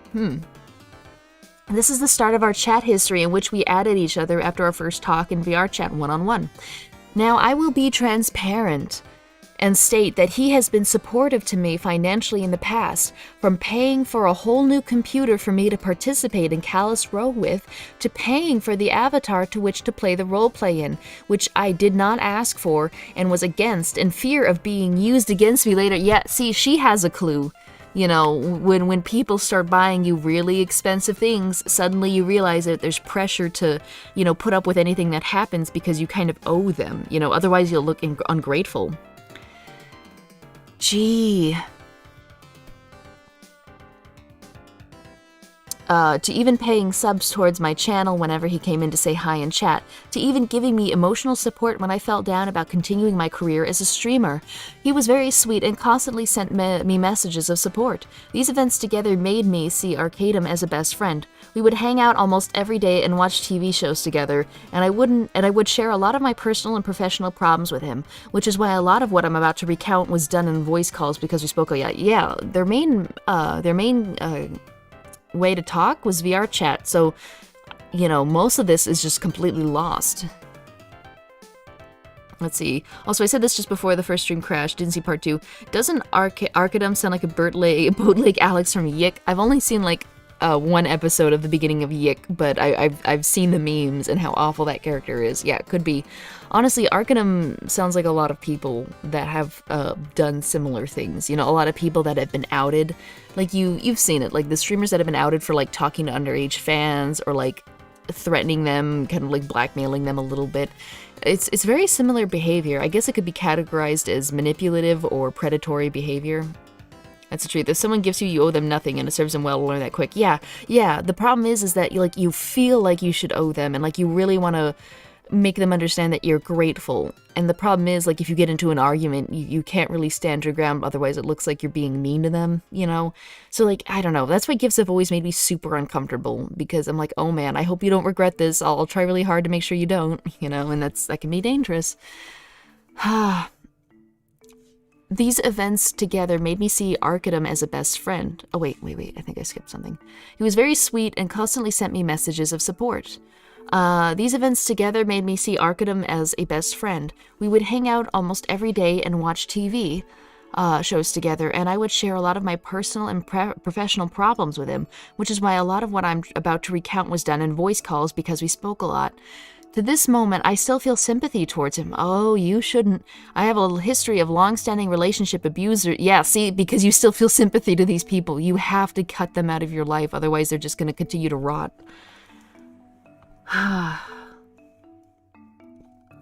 I've noticed most of these people, you know, are just way too patient, way too forgiving, and just like let themselves be treated certain ways. And I have a feeling that has to do with why maybe they've got a long list of abusers, you know. I'm starting to think maybe it's not a coincidence that all these girls have been like assaulted and like taken advantage of. They're too nice. They're too nice. You can't be nice if you know, start to suspect that someone's hurting you. You know what I mean? It's hard. It's hard. Let's see, I have a history of long-standing relationship abusers who groomed me from a young age. Oh no, and it frightens me to think this could have been a similar situation. I am mad and frustrated with myself. Well, at least she was an adult when this happened, you know. However, from current events, I have found myself in a position where a lot of red flags that I was personally dealing with in this whole deal have also affected so many more people around me. Female friends who never deserve to be treated the way they have been treated in the last week, nor ever at all for over a year. And a belief that by sharing this, I can inspire others to reach out with similar experiences and realize that you are not alone. If not for me, for them. Upon our first one-on-one conversation, it was immediately extremely personal. He was immediately extremely personal about his relationship with Tiffany. Yeah, he liked to complain about Tiffany to lots of people. Let's see, he's the whole predator bingo card, yeah. It could also be because of past trauma. Well, you'd think the trauma would make you a little bit more guarded. Like, if someone did a bunch of horrible things to you, like, that's why people say they get, you know, oh, this triggered me because of my past relationship. Like, it should be, oh my god, this is similar behavior to what somebody else did to me, and it you know, traumatized me. So you'd think they'd be aware of it, you know, like, less likely to get into it. I'm sure there's an explanation, but, I mean, if you can see the signs, like, if you've been in this place before, get away from this guy. Run. Let's see, upon our first one-on-one conversation, it was immediately extremely personal about his relationship with Tiffany and would consistently come to me for comfort to confide in me about the supposed abusive relationship they shared together. As someone who has been through similar types of relationships, it pulled on my heartstrings to sympathize with his situation, so I would speak with him about it. However, this also came with almost immediate advances in a sexual way towards me. Okay, saying that two consulting adults can help each other relieve stress. Drink, he's done that before. He would say that to Kelly, like, oh, I was just trying to help you. Don't you feel good too when we do it? And it's like,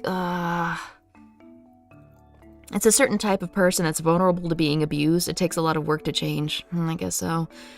Not all behaviors are one-to-one. If his tricks are different, though, they could be more susceptible. I keep seeing them say over and over again that they saw red flags and just kind of, like, ignored them. Let's see. I think a lot of victims see the trend as being their fault. Yeah. They just gotta stop being so nice. You know, guard themselves a little bit more. If somebody starts to, like, give them a hard time where every time they're around that person, they feel bad, gotta cut off. Let's see. Trying to alcohol poison us. Don't try this with alcohol. You will die. The ride never ends. It's like an endless hell of bad D&D world building, like that prom book. Oh? I'm not familiar. I've heard the D&D books have been, like, really bad lately, though. Let's see. Someone who has been through similar types of relationships, it pulled on my heart. Okay. Where are we? Two consulting adults can help each other relieve stress and how unattractive she made him feel and how stressful it all was, even to later points crying to me over it. Drink! Crying for pity again.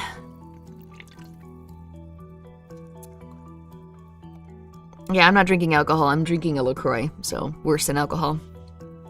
People read D&D books. They've been around since the 80s. I think that they'd be fun, but the problem is I hear they're not that good anymore. Let's see, you're like 2 beers in. It's not that bad. It makes me cringe more than... Yeah. Hang on. I gotta scratch my nose, and that might throw off the tracking. Non-alcoholic White Claw. How do you even do that? Wait, that's just a coffee, isn't it? No, wait, I'm thinking of a White Russian. The song sounds like the one of the Spyro the Dragon songs, but slow down. This is from Balan Wonderland, which you might know a thing about that game. Let's see. That's great. Yep. I saw the last stream before the 115 bottle of wine. Let's go. Thank God, only wine. Yeah. Oh, man.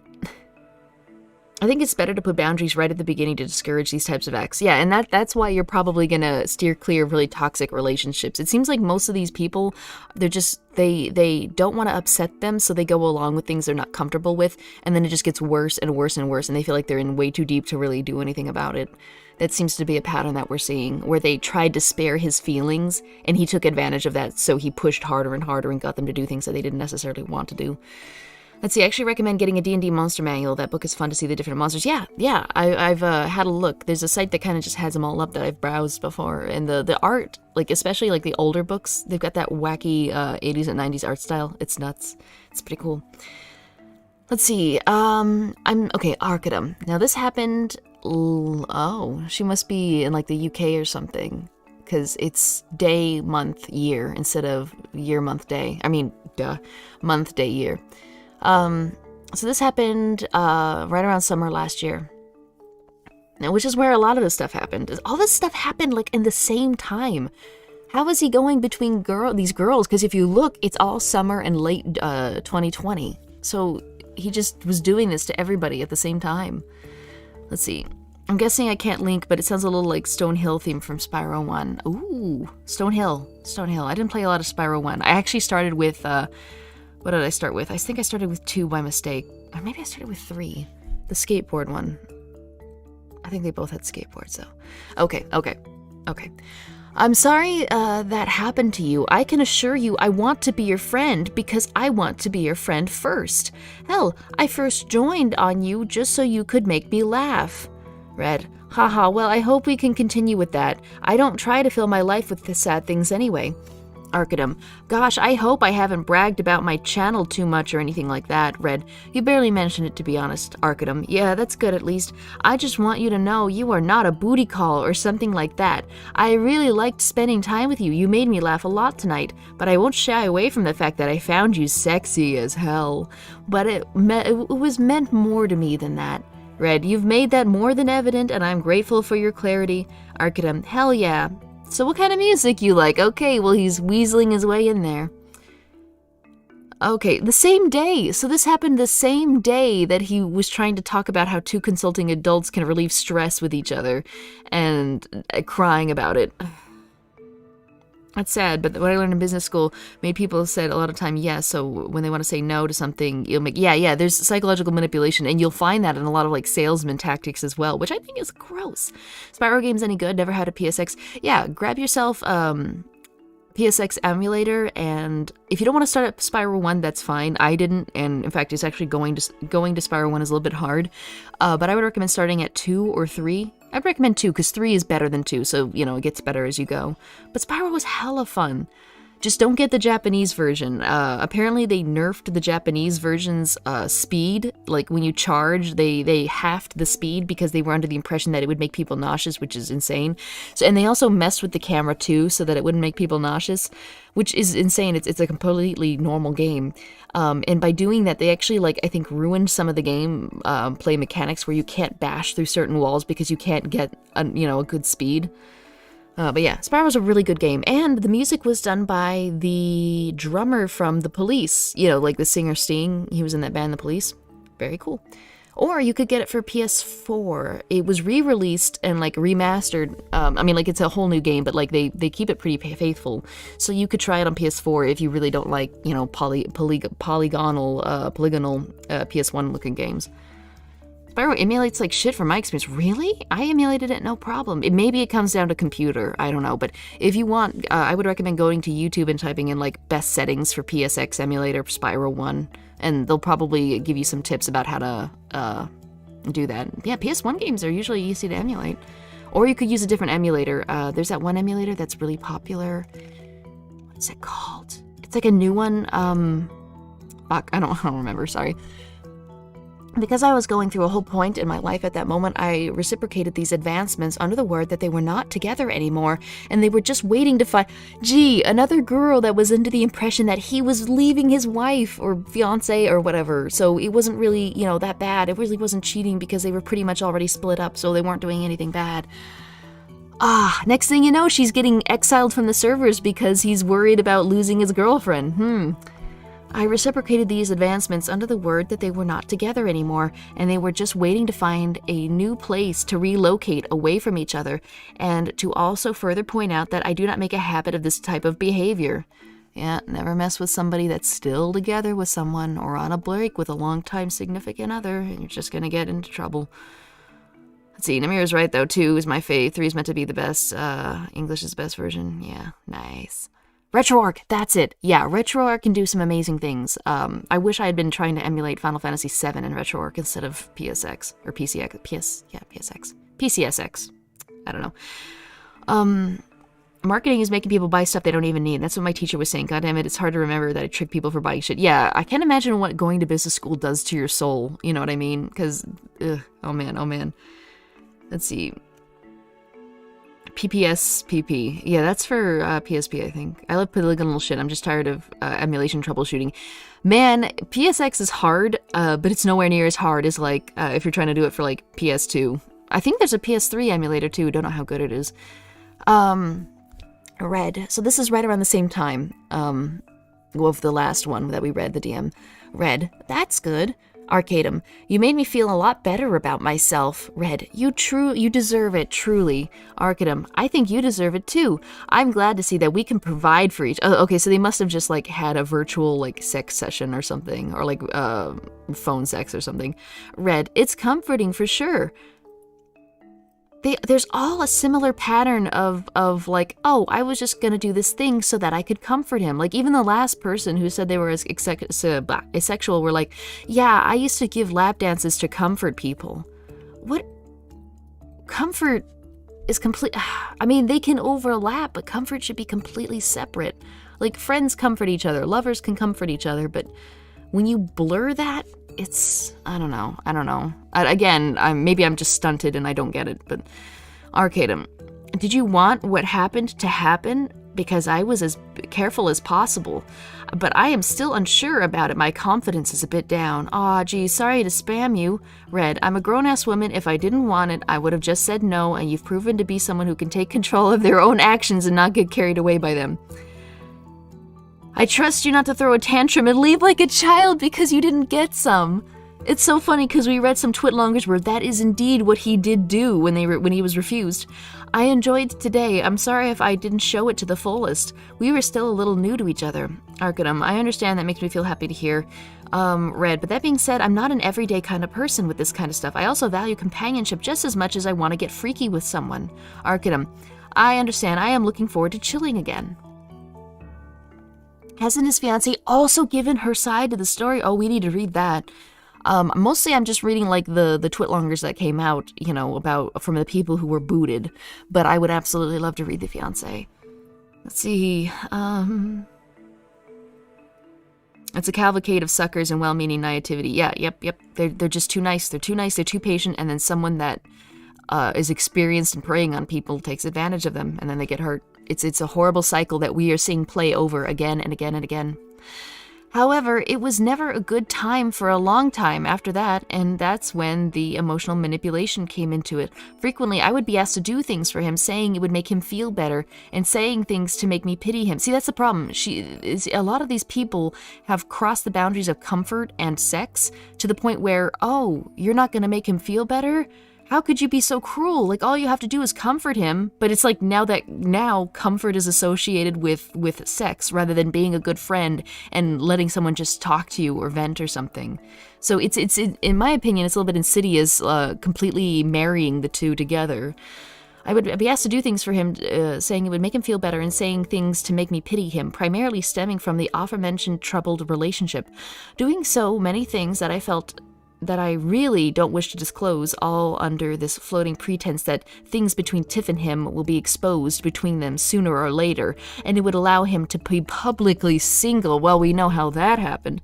He never intended to, otherwise he would have used the opportunity of her finding out of the cheating to make a clean break. Instead, all he did was get rid of all the women and then try to, like, convince her. He was never planning to leave.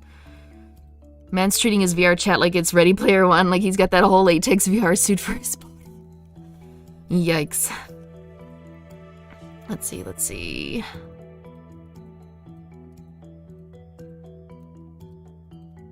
Okay, yeah, it might be difficult for YouTube chat to talk to Twitch chat, because you'll just have to rely on looking at the screen.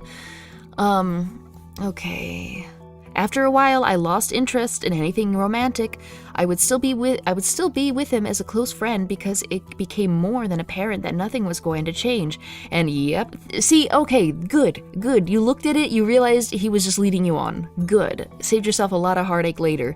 And I was just some kind of rebound, even when he tried to convince me otherwise. Yeah, he treated everybody as tools and rebounds. Like every time something was bad with his girlfriend, he would run to them. And then after he got off, he would run back to his girlfriend. That's incredibly common for cheaters. Arcadum, you know who's amazing? You. Got him.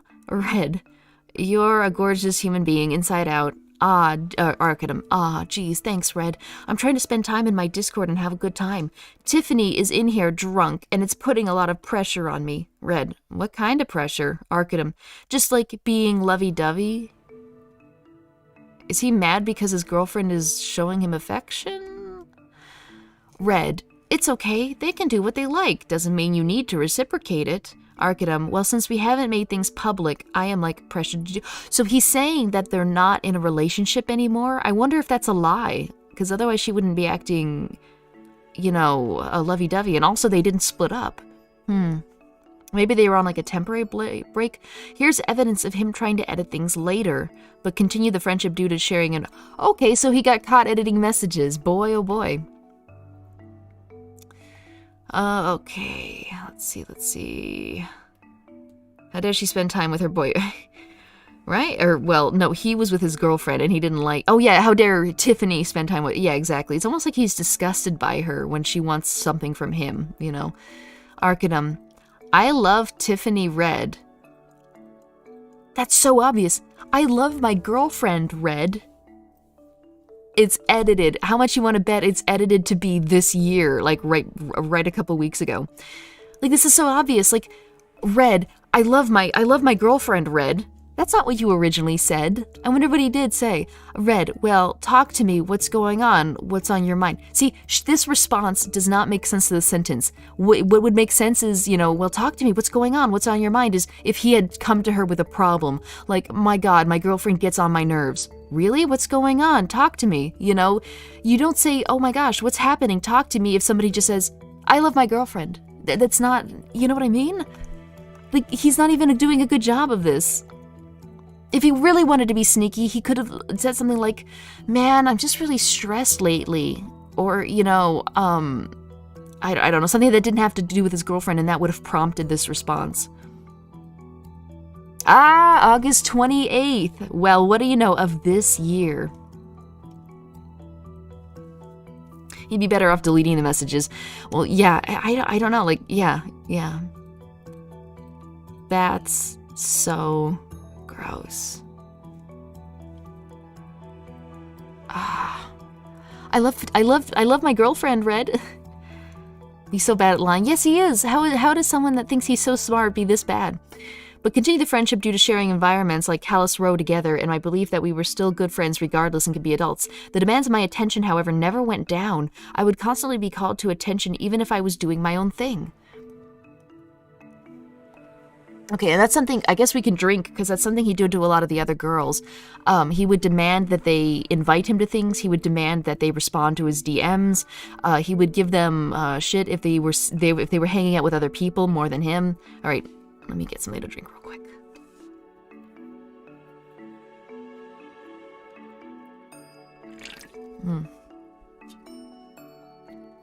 He wanted to do naughty stuff with other girls, but keep his girlfriend as an option if it fails. He used, yeah, exactly. That's something you'll see in cheaters of both genders or any gender, is that more than likely they won't leave their significant other. They just want to have fun on the side and then go back to her after they've, you know, gotten off. So anyone who thinks they're the prince is not the prince. Exactly. Okay, Red. It is good. Okay, so this is at the very beginning of this year. Arcadum, still watching shows? You there? Okay, now I am convinced you are ignoring me and avoiding me. I can take a hint. I won't bother you. Okay, take a drink. I mean, this is the same day. It's the same day. I mean, it still would have been gross if he had said this a week later, but at least like that would have shown like she didn't talk to him for a week. But they were talking the same day. Oh my god. I'm convinced you're ignoring me and avoiding me. I can take a hint. I won't bother you anymore. And he's doing this to make her beg and reassure him and comfort him. You know, that's what he's doing here. He's gonna make her grovel for his forgiveness for hurting him. Red, I am done ages ago. You just went to sleep.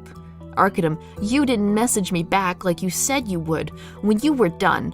And I am sitting in VR chat requesting you to join, and I am being ignored again. It's okay, Red. You do what you want.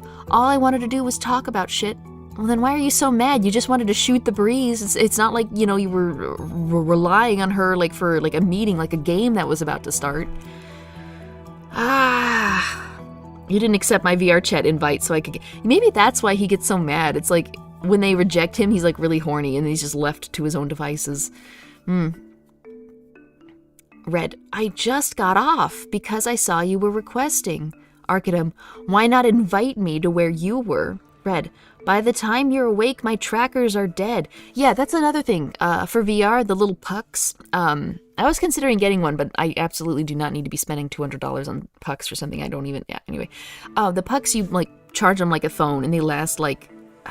I don't know. The controllers last a while, but I don't know about the pucks. But they do have a finite battery supply, and because it's VR, it's intensive, so they don't last as long as you might think they do. I sent you my VR chat invite. Please respond. Yeah. Needy AF. Yeah, and he does this to everybody. Arcadum, well, did you want to talk with me? Because I am pretty upset, and the nightmares I had trying to sleep were really fucking with me this time, but I also don't want to obligate you into doing it. He's not trying to obligate her, but he's also saying how upset he is and how riddled with nightmares he is. I hate this guy. It's so bad. Good morning. I guess you're at PL. Let me know when you're done. Leave her alone. She'll talk to you when she's got a second. I could never be this guy's friend. I take like a month to respond sometimes. You know, this guy would have fucking murdered me. Arcadum. Ugh, my feelings were hurt pretty bad. Didn't he just give Naomi a huge shitstorm because her feelings were hurt, but she needed to be stronger? He was like, don't be weak, be stronger, read the room. I didn't even do anything. It's your fault for interpreting it that way. And then here he is playing the pity party of my feelings were hurt pretty badly over the last 24 hours. And now that I know you were depressed, it hurt even more because I would have liked to help you. It is your choice on how you want to handle your depression, and I fully support that. I would have liked just a single message saying you needed some time or space. Completely ghosting me really hurt. Also, you messaged your own Discord during the time I was messaging you, so it seemed like you were somewhat active, and that made it feel more and more like you were just straight ignoring. This guy is monitoring her to see if she does anything else before getting back to him. But he has the right to be hurt, because that's right, he keeps telling everybody he was a soldier. He keeps telling everybody, like, listen, I was a soldier. I had to eat dirt. I'm tough. Like, my feelings were hurt because you didn't say anything to me for 24 hours. Also, you messaged your own... Okay, I want to be clear. I don't think you owe me any... Bullshit! I don't think you owe me anything, nor do I expect anything from you. I just can't help but see this happening. I would like to think it isn't weakness to come to these conclusions. I know I certainly don't want to end up like the people that send you these long messages about shit that you constantly deal with, which makes me feel like I shouldn't say anything. He always says that he has a feeling he's doing something wrong, but it's like he just does it anyway. Like, there's so many messages where he's like, well, I almost wonder if I'm wrong about this, or I almost feel like this is inappropriate, or like I'm like just like all the other people that spam you for attention, you know, which makes me feel like I should, you know, it's like he comes so close to being self-aware that he's not doing a good thing, but he just does it anyway. Did you know he only did logistics in the Air Force? He didn't fight in a war. Yes, he was a paper pusher in the Air Force, which is like one of the cushiest things you could be. But I made a promise to be honest, so there it is. This does not affect our standing in any way, to be clear. This is just my statement of my reaction to events. Red, Your feelings are hurt. I can understand that. I took time away because I felt like I was just either hurting people's feelings or just hurting my own feelings. I'm sorry. I wanted to talk to you today about it. Yeah, exactly. Being around him is constantly like, just, he's wailing on you constantly. And she's like, well, when I'm around you, I'm either hurting your feelings or you're hurting mine. You're the one that isolates yourself, Arcadum. You make everyone around you miserable so they don't want to be around you. I'm going to be free in VR chat if you want to hang after the not dry run. Arcadum, yeah, I would like that. I'll be there. Red, okay. Arcadum, just let me know when you're done. I'll be on the computer taking care of other stuff. Thank you. So basically, Baby got his bottle. He threw a huge tantrum and basically browbeat her into him hanging out with her. He just throws tantrums until he gets what he wants. Well, he served during the Iraqi and Afghanistan war. Who knows where his supplies went to? I know, those poor supplies. They could have actually gone through something, you know? At some point, I had eyes for another and attempted to initiate something with them seriously. It did not turn out between us, unfortunately, and while at first, Arcadum seemed supportive. How much you want to bet that he's going to be really jealous that she just might be in a relationship with someone? I'll mention something now that somebody said in chat the other day. Apparently he had a reputation for getting like angry when players' characters would like have relationships with each other, and that he was notorious for kind of like forcing female players to have their characters date his characters, i.e. the NPCs. Keep that in mind. It seems like it would be so draining. Yeah, regular friendships are draining to me, but this guy, it seems like he's constantly leeching you, like your time, your energy, your emotions. How could you not realize it was a bad friendship? He guilts them so much, they probably thought it was just them screwing up over and over again, and that they were the problem, you know, and that they were hurting him, you know, so they were the bad guy. And that's what the gaslighting is, you know? It's like he does bad things to them, and then he makes it seem like they deserved it, or that it was their fault, or that they brought it on themselves by, you know, not talking to him for 24 hours.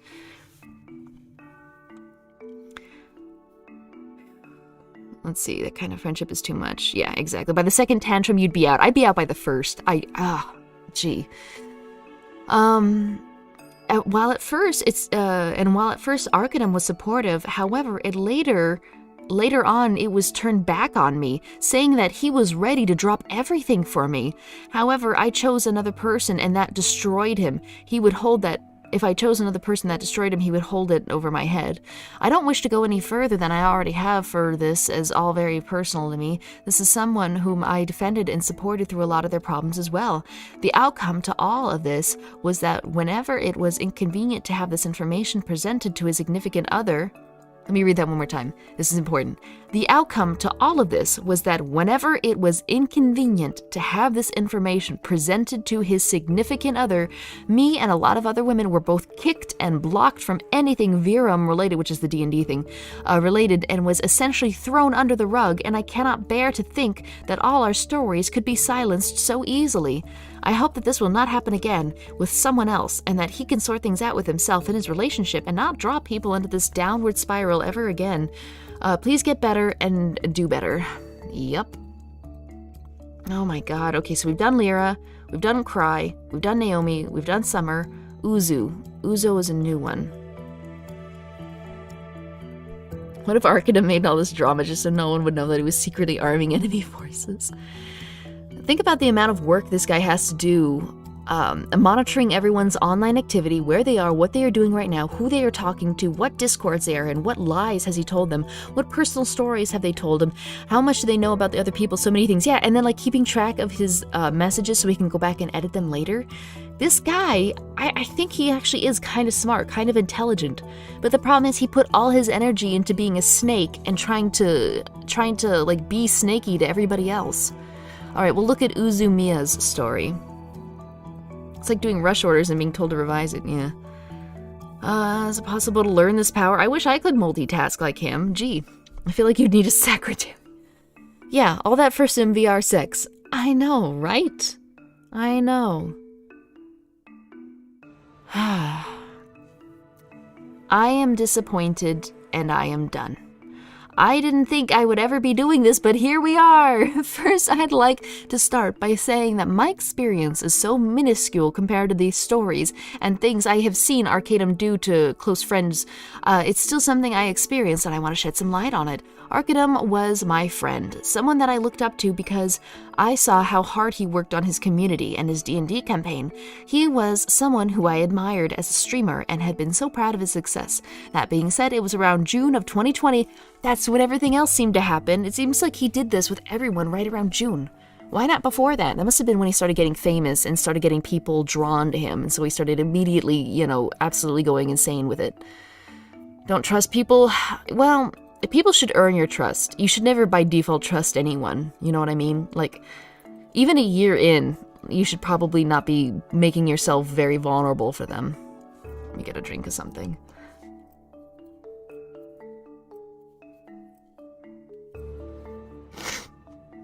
Oh yeah, plus the full-time fiance, you probably get to barely see it as it's, he's a full-time streamer too. Man, I can barely stream for like 2 hours a couple times a week. Where does he get the energy?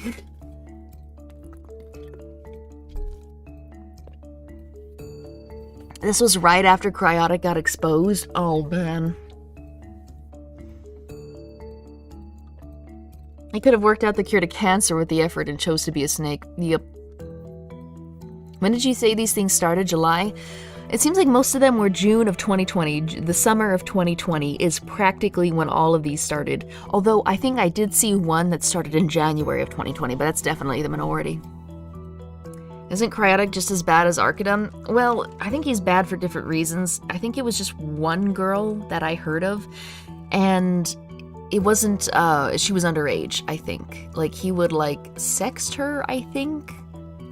And then basically told her he was only doing it to get off or something. I don't know. It was awful because I liked the guy, but it sounds like he just likes to use people.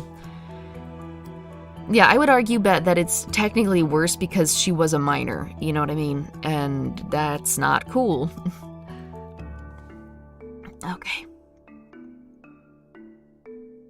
Okay, June of 2020, and we started hanging out more in VR chat. Is it weird that this is making me want to try a VR chat? I thought it was just an empty room of 10-year-olds that had VR headsets. You know what I mean? Like being awkward and memeing and screeching into the mic. But it sounds like it's really built up. Huh. I should make a low polygon version of my model and get in there. He seemed like he wanted someone to hang out with and someone to talk to. All of our DMs gave no indication of anything weird. Just two friends chatting and saying I am here for him if he needs anyone. We were already friends well before this, and I was single at the time. I thought nothing of it then. Just friends hanging out. That's always how it starts. Oh, he just said he wanted to be friends, and the next thing you know, he's pushing me into, doing sexual things with him. That's how all of these start out. He messaged me, and I thought he just wanted to be friends, but nope. It was nice we were hanging out a lot more. I was happy to hang out with him as my friend. He was telling me things were stressful. It's always how it starts. He starts, okay, first they're just friends, and then they're just hanging out. And then suddenly he's crying about how stressful everything is, and the next thing you know, he's saying he needs you to comfort him. He asked me to hop in VR, or he's inviting me to a world. Again, nothing strange or weird. Yet. Isn't Cryotic like an old YouTuber too? He was popular. Yeah, I really liked him. He inspired me partially to do creepypasta readings on my own channel. He would read creepypasta and play horror games. He was OG. I remember him joining a game with PewDiePie right when PewDiePie started to get really big, years ago, circa 2012, Let's see, apparently there are VR chat rooms where people can do foreign language acquisition from people who live in that country? They can do foreign language acquisition from people who live... How do they acquire foreign languages? They request that they translate things? I don't know. I'm gonna need more information on that answer. I don't know what that means. Foreign language acquisition from people in different countries. The only time I used VR chat, I was a rock. That's pretty cool. Yeah, and that's the problem. VR chat is social. It's like a chat room. I don't do chat. I play games to get away from people, So maybe I could just lurk. I could just have my hood over my head and just lurk. That might be fun. I could talk to you guys while I'm there and just secretly move around. That could be fun. Circa 2012 might be when I found your channel. I don't think I had a channel until like late 2013, 2014 though, but yeah, I get what you mean. I have mated with a woman, informed the man what. Anyone remember that future episode with Zap crying to Leela? I know the character, I don't know that episode, but yeah, it feels almost like the character of Zap Brannigan is like kind of close. Let's see. What I missed so far, just another voice call of him upset that he was basically unloading on a girl named Cry, that he was upset at having to face consequences of his girlfriend being mad at him and trying to kick him out after finding out that he sexted with all these people. Set my VR avatar to invisible and sit in the sex pool. Sex pool? What? The people in VR chat that are in a different country teach people how to speak their native tongue. Is there a weeb server? Let me in. Let me in. Buying a headset tomorrow that's wireless. They learn like a French language class or college in high school. That's really cool. That's really cool. That's so cool. Okay, I'm glad it has positive aspects to it. They're all weeb servers. Plot twist. Every single one is Japanese. Here I was like, oh, there's probably one from Italian, French, no, Japanese, all anime weebs. Ooh, hi, can you teach me how to speak weeb? Yeah, exactly. Arcadum, your life matters to me, my friend. I hope I have never made you think otherwise with my... It's funny how many times he's had to say that. Like, I really hope I didn't go too far. I really hope I didn't make you uncomfortable when I did this thing. Like, he says this compulsively. I hope that wasn't a weird thing to say. Yep, I was just thinking about it. Uzu, why you never Should I read this in the uwu voice? Why? You never made me think otherwise. I adore you, and I'm so glad to call you my friend. Anytime you want to talk, I'm here, man. I may not give good advice, but I'm here. Okay, she's talking normally. I thought she was actually typing in a woo speak. I was about to read it like that. I may not give good advice, but I'm here as an ear to give support to someone who deserves nothing but happiness. Thanks, Uzu. Hugs. Okay, I honestly thought to God, there were just a few too many typos that made me think she was actually doing like an accent, like an uwu accent. Oh my God. Have you seen that copy? It's a clip where like a VR, I don't know who it was, but it was someone doing the uwu voice where they read God is Dead by Nietzsche in the uwu voice. It's amazing. It's so amazing. Let's see. French, Italian, Russian, German, all weebs. Oh God. I want to hear a clap. Oh God. He does that in the game too. Yes. He really hopes he doesn't make people uncomfortable except for when they need to nut up and deal with it. Yeah, it's pointless saying if you were uncomfortable because then he just tells you to read the room and be stronger. Moru awu voice. I don't think I can do it. My voice is, I don't know what's wrong with me, but I think I got a deeper voice than most. I cannot imagine Uzu, not Uwu, speaking now. I know, right? Together with like the cutesy bunny, it's hard not to automatically want to read it like that. I miss Cry. I used to watch a ton of his videos. It's hard to go back and watch old. It is. Hopefully you can separate the art from the artist, but yeah, it's incredibly disappointing. Uwu, God is dead. Yeah. Read Arcadum in the Uwu voice. I'm not really good at it though. All right, everybody read. I'm going to read everybody in the Woo voice. I might only make it a few sentences in because I'm really not good at doing a higher voice. Arcadum. Want me to... I can't even tell what they're saying. Want me to join in VR chat? Uzu. My shit crashed me. I resent a request. Arcadum. How was AA? That's not Alcoholics Anonymous. That's a role-playing academy in VR. I can't do it. Hope your stream was well. It was okay. I'm just super tired. Arcadum, I am inviting you. Oh, I requested but never got it, so I got off. Okay, so she left because she didn't get the invite, and he's like really mad. Okay, or at least he's typing in all caps. I don't know. Your voice is a little deeper and smooth. Yeah, which means I can't do the typical squeaky voice. Uzu, are you there? Yeah, I'm hanging out in Discord. What's up, my brother? Arcadum, I just wanted to ask, have I ever made you uncomfortable in any way? Oh, there he goes again. Have I ever made you feel pressured in any way because I was a streamer or anything? This Twitter shit has me freaking out. Pff, fuck no. Trust me, Arcadum, if I did, I'd let you know right away.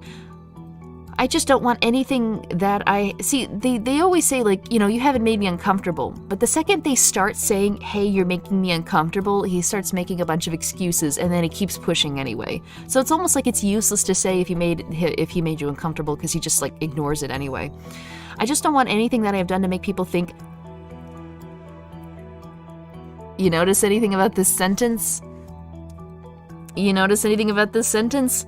He's not worried that he made her feel uncomfortable. He's worried that other people will think he's a bad person. So no, he doesn't actually care if he made her uncomfortable. He's just seen something. He was talking about Twitter.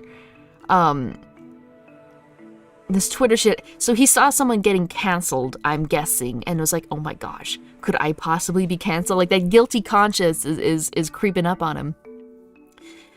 Let's see... I thought he was bringing up like he brought up that one girl's meds. No, it's like something Academy, especially the Shoujo group where he played the straight man to their misdeeds. Huh. Arcadum's very existence makes me uncomfortable. Did she say brother? The only winning move is not to pray. It was Cryotic who was in his games. I see. So Cryotic's cancellation has got him sweating, and yet he learned nothing from it.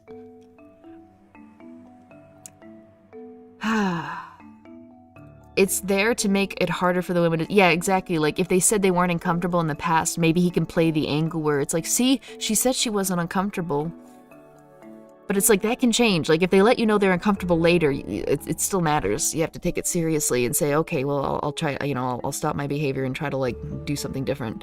I just don't want anything that I have done to make people think I am that kind of person. Uzu, did something happen recently to bring it up? Arcadum, just saw these tweets, plus you know how VR chat is. Uzu, oh, pff, I pay no mind to Twitter drama because of that shit because that shit toxic. Arcadum, alright, well, I just want to check in.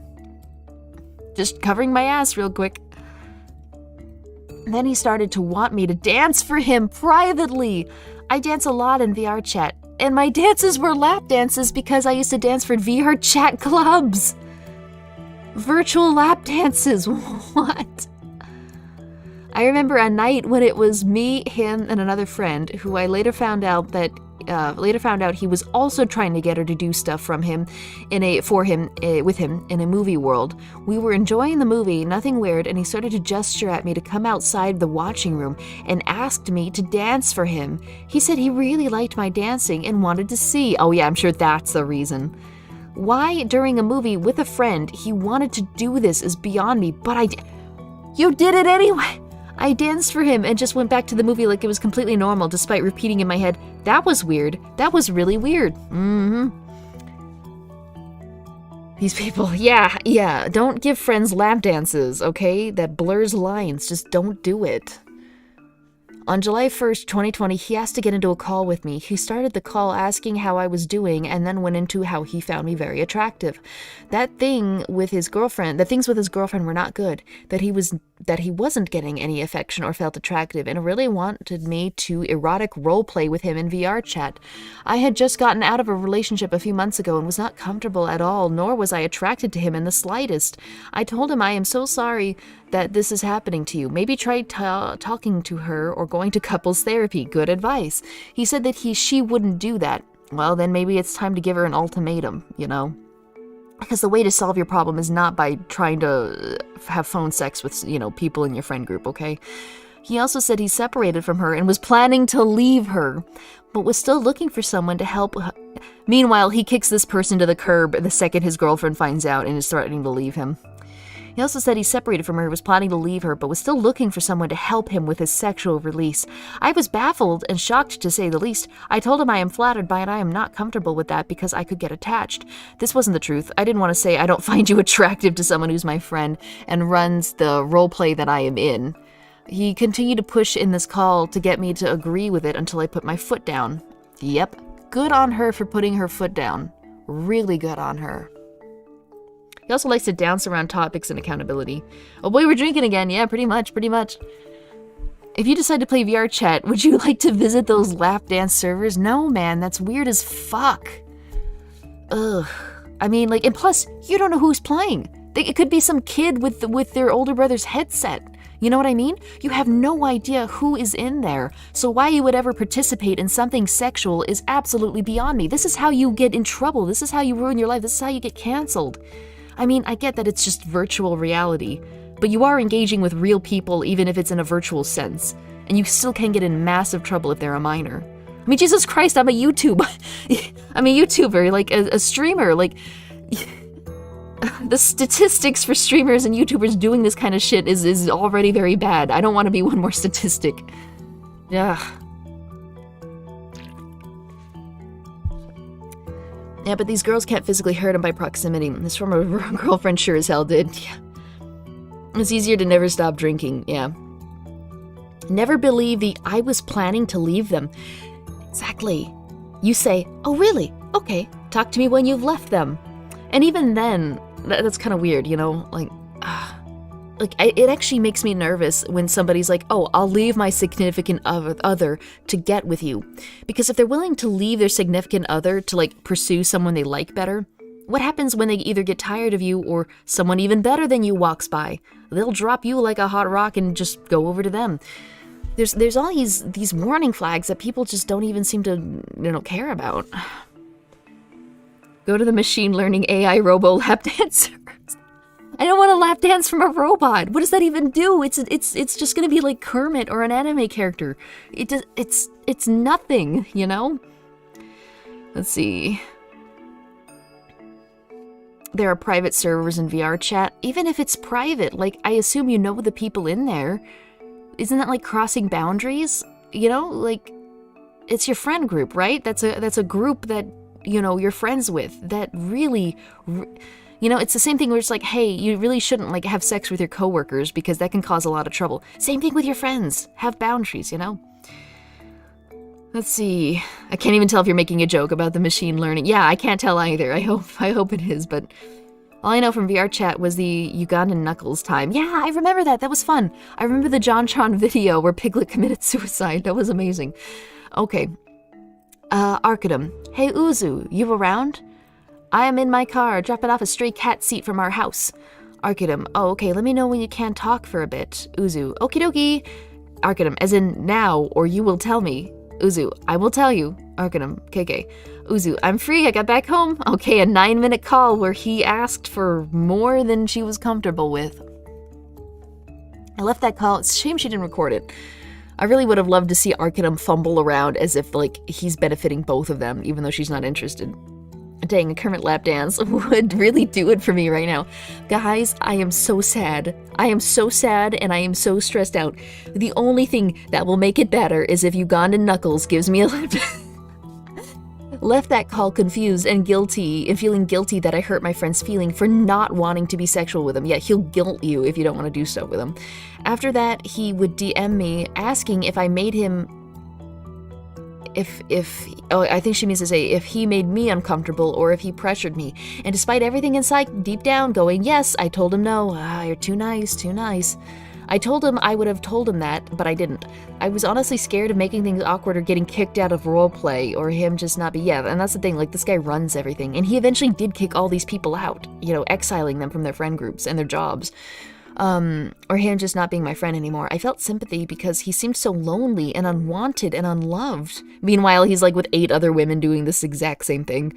After that, we just stopped hanging out. We talked in passing if he was around with other friends. I would DM him every now and then and go, I love you, friend. I am here for you, friend, because I thought he was genuinely my friend. I spoke so highly of him. I thought it was because he was a busy man. He was running a shit ton of D&D campaigns, and it made sense. Gotta go again. Don't want drama at night. Lucky VODs are up. Yeah, don't worry. The VODs will be up. Thanks for joining us, though. Appreciate it, Waterflash. I want to hear Arcadum salesman his way to have VR sex. Yeah, exactly. Let's see. I remember seeing VR Anakin Skywalker talking about being a door gunner on a C-130. What? I fell asleep for a little bit. Looks like we'd have to catch up later. Don't worry about it. It's all the same. Honest to God, you could swap out anybody's name and it's just all the same. Arcadum. Thanks, friend. I'm sorry I haven't been around. Uzu, nah man, shit's busy. We all been Isn't it funny how he's magically too busy and not around for her the second she says she doesn't want to have, like, sexual relations with him? It's almost like he didn't actually want to be friends with her and he just wanted to use her, and, like, now that she doesn't want to put out, he's like, oh, well, I'll just pursue everybody else. That's not a friend. Arcadum, been working really hard and dealing with sadness and stuff like that. Uzu, well, you know, I'm always here if you need a laugh. Arcadum, yeah, I know. It's funny, I was going back through our messages and I saw the birthday part. That is still the first time anyone has drawn not safe for work art of me. It's wild. Don't do that of your friend. Well, make sure they're okay with it. I mean, I don't know. You can, but you better make sure that they understand that you just want to be friends and you're doing it as a joke. Otherwise, they could interpret it as, oh, are you trying to tell me something? I told you I would do it if you... Oh, okay. I told you I would do it if you hit 10k, so it was a joke. Just like that time PewDiePie joked about making a porno with, like, Jacksepticeye, if they hit, like, a certain number of, like, statistics. Okay, fine. That you did. It actually made me feel a little sexy but see, he didn't take it as a joke. He took it as an ego boost. It actually made me feel a little sexy, to be honest, but yeah, it was cool, and I have maintained 10k this whole time. Uzu, you should always feel sexy, my boy.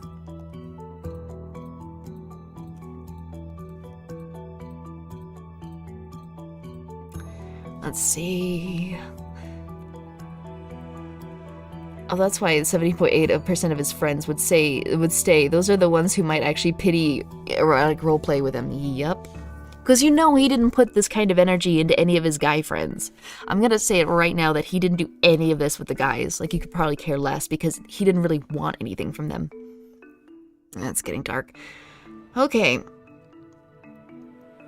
Arcadum, that's Uzu. I wish I felt sexier. Or thanks, Uzu. I wish I felt sexier. And I'm glad I could inspire you. Uzu, you always inspire me. Hopefully TwitchCon will be a thing next year, and I will give you a big old hug. Ugh, it's a good thing it wasn't. Arcadum, I certainly could use one. I'm sorry about any pressure I may have put in you ever. Just reminiscing about things. Uzu, you never pressured me. Alrighty, Arcadum. Alrighty, I was just desperate for affection. Then I was feeling bad. And there it goes. He actually is honest here, where he's like, I just wanted you to make me feel good. I just wanted you to want me, you know? And he said that to the other girl, and the girl's like, wait, so you were just wanting me to stroke your ego. You didn't actually, like, you weren't serious about a relationship or anything. And he's like, well, yes, but also no. I think you're a pretty swell person, Uzu. I understand I've been there before myself, but just know I've never felt pressured from you at all. I value you greatly as my friend. Okay. And she's telling him she didn't feel pressured. That's not... Like, I can understand why she would feel nervous to say it, but you gotta tell them no. You have to. Otherwise, they're never gonna stop, really. Okay, so this is her proving it's him. I guess she's just gonna, like, click on his username and stuff, and it's gonna show his info. You're right. A lot of male streamers reached out to him and got dono-walled. Now, that's a Twitch term. Dono-walled is like paywalled, and you have to pay for, like, donations and stuff, right? Or you have to pay to be, like, a subscriber, right? So when you say they got dono-walled, like, in order to talk with him, they had to, like, pay money and subscribe, right? Dono-walled is just ignored. Oh. So they're donating, but they're just getting ignored. Of course. Like talking to the wall, I see. Okay, I have no recordings like some people do. I wished I did. All I have is me telling you my experience, that I suggest people start lining up the dates of all the other women who we had similar conversations with. This man needs... I wish if somebody would make, like, a chronological timeline of, like, when he was, like, confessing to one woman and, like, confessing to another and getting rejected, and then, like... I would love to see how packed this guy's last year was. Pizza arrived? Amazing. Share some. This man needs help, and I want him to get better and do better. I don't think this man could ever get better because he himself knows he's doing wrong and chooses not to do better. You can't, like, if he didn't know, that'd be one thing, but he clearly does know, and he clearly has just no interest. He just wants to do whatever he wants and never face any consequences. I am disappointed, upset, and hurt. I don't want sympathy messages, just the hope that my words have merit in support of all the women who he has hurt so much, some being my close friends. I want to share my experience. I said mine was minuscule in comparison, but I also want to know he was a pattern of predatory behavior to multiple women. He did this to a lot of people. Okay, we did Red. We did Momo. We did Summer. We did Lyra. We did Naomi. Guys, we might actually be almost done. We did Kelly. We haven't done Fulcona. I'm saving that for one of the last ones because it's actually pretty serious compared to the other ones. Cry, Jades, Quinoa, Ashley Lang, Stare, Spats. These are all new. Okay, tell you what. We'll do these. I think these are some of the more new ones. So tell you what, I'm going to check Momo's thread and make sure we've done all the original ones, and then we can move on to the new ones. How you guys feeling? You still with me? Oh, super bad. I'm out. Gonna play with some friends. Enjoy the cancer, everyone. Yeah, please, get a palate cleanser, okay? Yeah, get a palate cleanser. Enjoy your life and your completely nice, wholesome relationships. Okay, so Fulcona's the only one from the original ones we have to read. Naomi. Let's check Naomi's thread. Here we go. Oh, wait, no, that's hers. I thought that would be a thread. Kelly, Cry, Momo, Red, Summer, Fulcona, saving that one. Lyra, Remy, Jade, Chica. Okay, well, we got more. We do have more. Great. Whew. These aren't as painful as yesterday. I'm worried I guess we started out strong. Remy the Siren. We also had Kelly the Siren. I wonder if this is if the music team had Siren in their names. Bailey's still here, but too afraid to sleep. Lest I hear Arcadum's voice in my nightmares. I'm sorry, Calm. If this is affecting you, feel free to take a break. The Vault will be here, Personal experience with Arcadum. Hey, just gonna try to keep this as short as possible. Despite sitting on these thoughts for a very long time, I never really put so much thought into what I'd write here. I knew shortly after everything I detail out here happened that a day like this would come, but I really didn't think it would happen so soon. Just as a foreword, I don't have a lot of screenshots to post. I wonder how Tiffany found out. I wonder, because that was the catalyst to everything. I wonder, how did Tiffany find out? Did one of the girls go to her with, receipts? I wonder, because I heard she found out and saw the DMs, but how? I play it up. It's not that bad. Yeah, I getcha. Hopefully it's not that bad. But again, it is kind of taxing to listen to because you just get so angry and you have no outlet for it. Stare and Ashley were not victims, but more scathing rebuttals to Arcadum. Okay, we'll save Stare and Ashley for later, because I do want to read the actual people that had this happen to, as well as hopefully the girlfriend too. Okay, just as forward, I don't have a lot of screenshots to post because Arcadum was insistent that we talk primarily in voice chats or in VR, which I assumed now was likely to stall something like this happening. I have roleplayed a lot in a couple communities, primarily Purple Lotus in VR, NoPencil in GTA. Both of these places were where I had sort of met Arcadum since a lot of mutual friends passed through these channels. Eventually, at the start of Callous Row Season 2 drew near, I was watching some of Arcadum's streams to see what it was about. He recognized me in chat, and asked if I was looking to join, and of course I was ecstatic. To join an Arcadum RP? Hell yeah, I was all about it. We had set back and forth...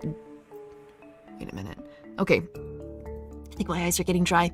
We had sent back and forth DMs about the roleplay a bit, and on occasion, we'd have some personal words when either of us was having a tough day. For here on through, things started to go in an odd direction, and I excused a lot of his actions as someone going through a hard time. Yeah, he started to get really stressed, and then he asked you to comfort him sexually. Okay. That's my prediction. Let's see.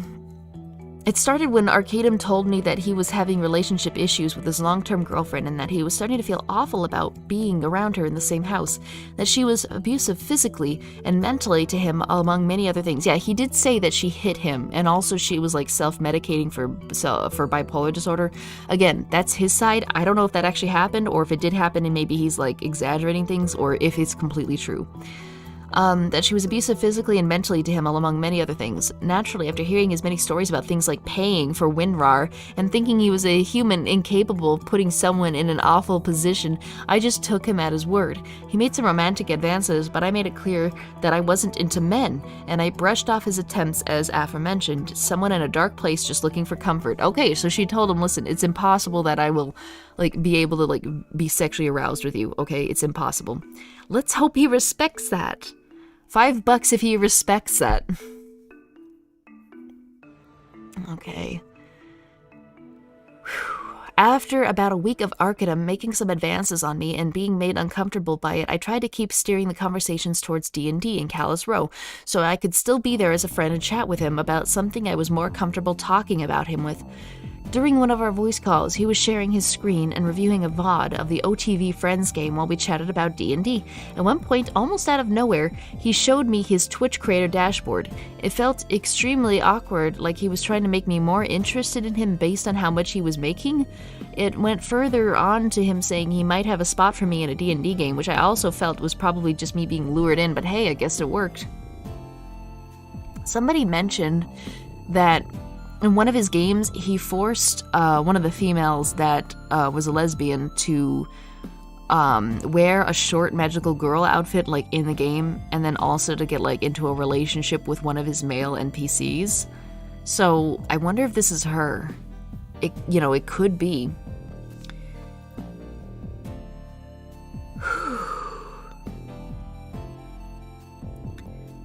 Oh no. Okay, so DNC Dynamo says, oh no, it's like how he made Nyanners, which is a VTuber lady, he made her character try and date a dude instead of Vebe. Was it his dude or was it another player character? Because I heard he always wanted the women to date his NPCs. Someone said it was Nyanners. Oh boy. That's just not...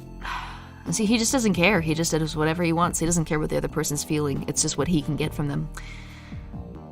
Another day passes and he asks me if I want to come hang out in VR, so I agree, especially since there's a couple people around. Arcadum talks more about his money, and while we're hanging out, describes sending huge amounts of money in real time to some of his friends while we're all hanging out. Felt pretty awkward, but I brushed it off. Yeah, that's super weird. He hasn't done that with anybody else. I guess he's thinking if she doesn't find him attractive physically, maybe she'll find him attractive for money, and he'll get her that way, which is psycho. I mean, I learned recently that Nyanners wasn't a cute moe-morphic name for sea nanners. I know! I thought that too. I was like, oh, sea nanners, people are talking about him again? That's really cool. I used to watch him play that game where he would jump around with a knife and stab people. Sea nanners was awesome. But no, Nyanners is like a sharp-toothed cat in a t-shirt VTuber, from what I've seen.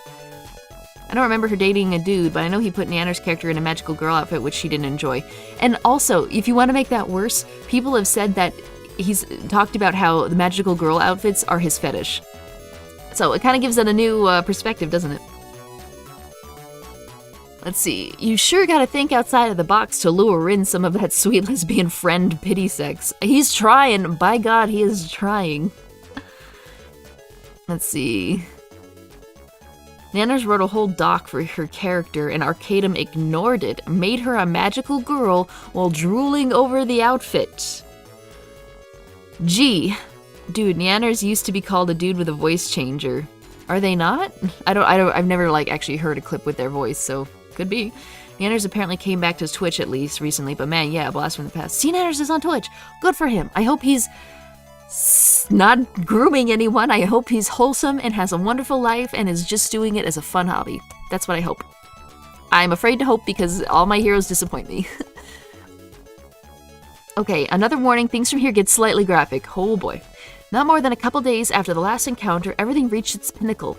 I had pretty much kept everything to myself and kept trying to convince myself Arcadum was a genuinely good guy, and this was just his confusion and him needing someone around while he went through a rough time.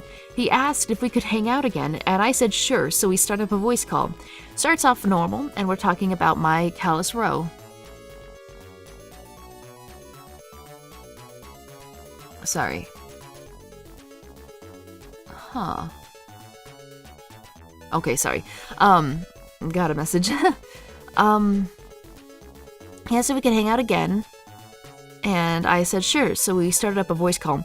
Starts off normal, and we're talking about my Carlos Rowe character. At some point, after some prodding, he started talking about how the whole situation makes him feel like less of a man, and it's really getting him sexually frustrated. Oh, we know where this is going. Drink. I think I blocked the camera with the can. Sorry about that. Okay. I didn't know that, but now it makes sense because of the basis behind that. There's a League of Magical Girls in his world. Gee, I wonder why. As far as I know, that is definitely the case. Yup. You come across an enchanted magical girl outfit. Your character puts it on. No, man, I don't think I'll put it on. No, you gotta put it on. I don't know if that's how that's went down, but like it feels really forced.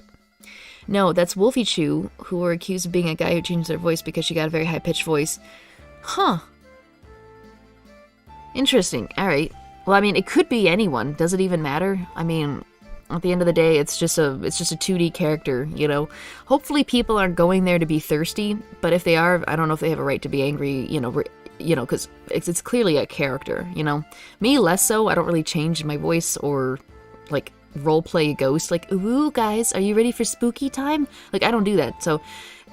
You know, so that's different for me, but like other people, like if their role-playing is like a dragon or the role-playing is like a shark, then okay. But I don't know if people like should accuse him of anything. If it is a guy, who cares, you know? If you like his streams, go for it. If you don't, then eh. Okay, here we go.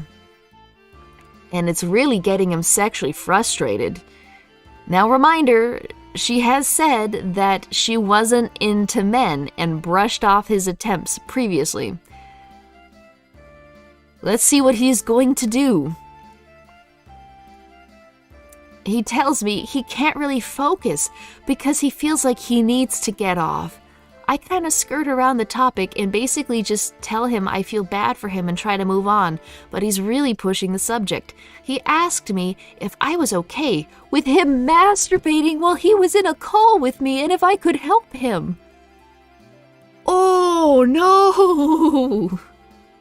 Yeah, it's a character for entertainment. You can't be mad about the illusion. Yeah, exactly, right? You're never gonna hit 1 mil if you don't do the spooky time ooh-ooh stream. Gee, dear God, help you if I do. Maybe I should, like, up my voice with a voice changer, like, as a joke or something. That would be a good April Fool's stream, where I just, like, did every single VTuber stereotype. Like, Nya, hi, guys! Ugh.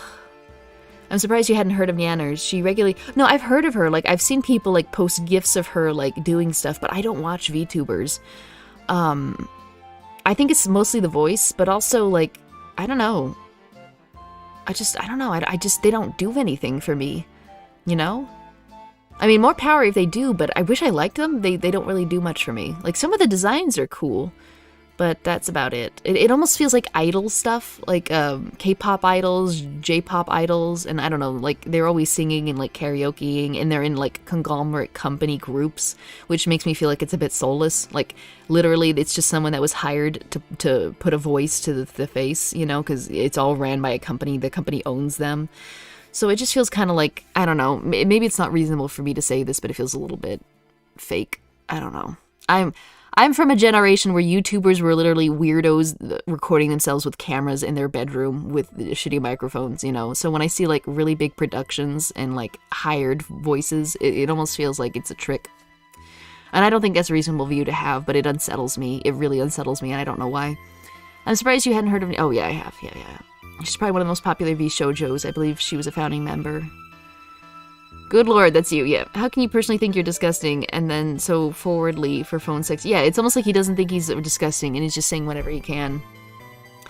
VTubers seem mostly like thirsty bait. Maybe a bit. I mean, I'm sure they all have really nice personalities, but to me it just, I don't know, feels a little fake. Like, you see it all the time when they, quote-unquote, get retired for, like, saying the wrong thing, and their company's just like, okay, get out of here. And they're like, oh, okay. So, did you hear about Kiara? Speaking of HoloLive, she was hired but didn't even see her character. Yup, that's the vibes I got. And funny enough, remember how that one VTuber, I think it's Kiara, that one dragon VTuber, had the audacity to talk about like statistics on her stream about who was from where, and on her stream, like the screen talked about like demographics. It said Taiwan, and that was enough for her handlers to like fire her and like pull her out. She's saying it was like a mutual thing, but it all happened the very second that happened. Like, she was immediately put on, like, leave and stuff. So, I don't know. I just feel like I'm looking at someone that's been told they need to do this, and so they're doing it for a paycheck. It's weird. I don't know. I think that was Coco? Probably. You mean graduation. I hate the way they call it graduation.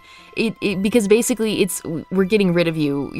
Your character is going away now. Goodbye. You know, you're no longer associated with us. Like, graduation's a happy thing, you know? Like, if they could take their character and leave with the character and do their own thing, that would be graduation. That's not graduation, that's like, we're fucking murdering your online presence. Anyway, goodbye. I never got why they don't say retire. Yeah, and retire! Graduation is new growth, new, you know, stuff with the character. Retiring is putting them in the fucking grave and covering it up. Yeah, the contract said it was mutual, is how it feels. Ugh, I have doubts to that, honestly, because it really... Crazy. Don't even remind me of the whole China fiasco. I know, right? Sounds like graduation sounds like they're absolutely taken out behind the chemical sheds and shot. I know, right? Kiryu and Akihato, they were first to apologize. Kiryu was retired a few months later. She still streams under another handle. But let me guess, Kiryu didn't get to keep her character, did she? Let me go ahead and take a wild guess that Kiryu... I mean, if the actual human being wants to do stuff, whatever. But she doesn't get to keep her, you know, her character that everyone knows her as. God forbid anyone mention Taiwan. I know, right? That's not totally accurate. Maybe not, but I just remember a lot of weird stuff. Like, they own you. They own you body and soul. And it's, I don't know. I don't like it. Coco quit, but the company didn't make it better for her. She was like a big sister to the other talents. Yeah. She was put on leave and came back, but was harassed. Yeah. She isn't graduating the high school the end of childhood innocence and entering the meat grinder of the Nippon workplace. Yeah, Japan's high school graduation means you lost most of your freedom and you get sucked into the 996. Yeah, you're basically working to death. The idol business is bull in Japan. Yeah, there's a lot of... Same thing in Korea. There's a lot of horrible stuff going on behind the scenes and nobody acknowledges it. Okay. I need to not go on a rant about VTubers and some of the gross things going on with them. Okay, so he asks if he can masturbate while in the call with her and if she could help him. I was extremely uncomfortable, but things added up. Oh, she went along with it. Feeling pressured and like he was holding money and a spot in my D. I can understand that because it's your boss. It's your freaking boss. It's the guy that runs your entire circle group of friends. Wanting to genuinely be there for someone I thought cared about my friend and not knowing how to say no in the moment because of how overwhelmingly awkward it felt. So she agreed. She said yes. I agreed to let him do it. He shouldn't have asked, but my God, you shouldn't. It was extremely painful for me and beyond awkward because of the combination of just the situation and my sexuality. I really had no idea what to do, and yet he pushed even further. He was asking me to help him out, which I told him I wasn't really comfortable with, but after some pressuring, I agreed to meet in the middle and screen share a not safe for work picture of myself in the voice chat, thinking that it would be safer because at least he wouldn't be able to download the picture and keep it. Yeah, he could. He could just screenshot it. I would share a not safe for work picture of myself in the voice chat, thinking that it would be safer because at the very least he wouldn't be able to download the picture and he could just hit Alt or F9, whatever. Like for me it's a Alt print screen or whatever. Once he finished himself off, he said he was tired and just kind of wrapped up our voice call. Yeah, it's almost like he keeps you around to use you and then like moves on to other things afterward. He also stopped talking to me pretty much entirely after this. I still feel extremely awkward and sad every time I see his name mentioned, every time my friends use his name, every time someone spams his emotes in my chat. Having to see him in Callous Row, it doesn't end. I feel the shame and sadness from these encounters almost daily, and I really don't know if there will be a day I don't. Well, at least he is having to, you know, at least these accusations are being made public, you know. I'm open to any questions. Thanks to any of you posting about this. I'm here if you need a place to vent or relate. Well, that's it, gamers. Thanks if you made it that far. Yikes. Okay, we've got a Jade, a Chica, a Quinoa. And Ashley. So Ashley and Stair and Crystal were like community people, and they like came with a rebuttal against Arcadum. What about Jade's, Chica, and Quinoa? He said he was tired. Yep, screenshotting Snapchat. So yeah, like what stops him from doing that? Print screen is a literal button on my keyboard. Yeah. He just used her, yeah, exactly. He's just using him for sex. Stair, from what I've heard, Stair has a rebuttal. Like I don't think she has like he did something to her. I think like it's a rebuttal to the excuses Arcadum tried to put out. Let's see. We haven't. Yeah. Okay, so we'll just go Jade, Chica, Quinoa, and then hopefully in the stream.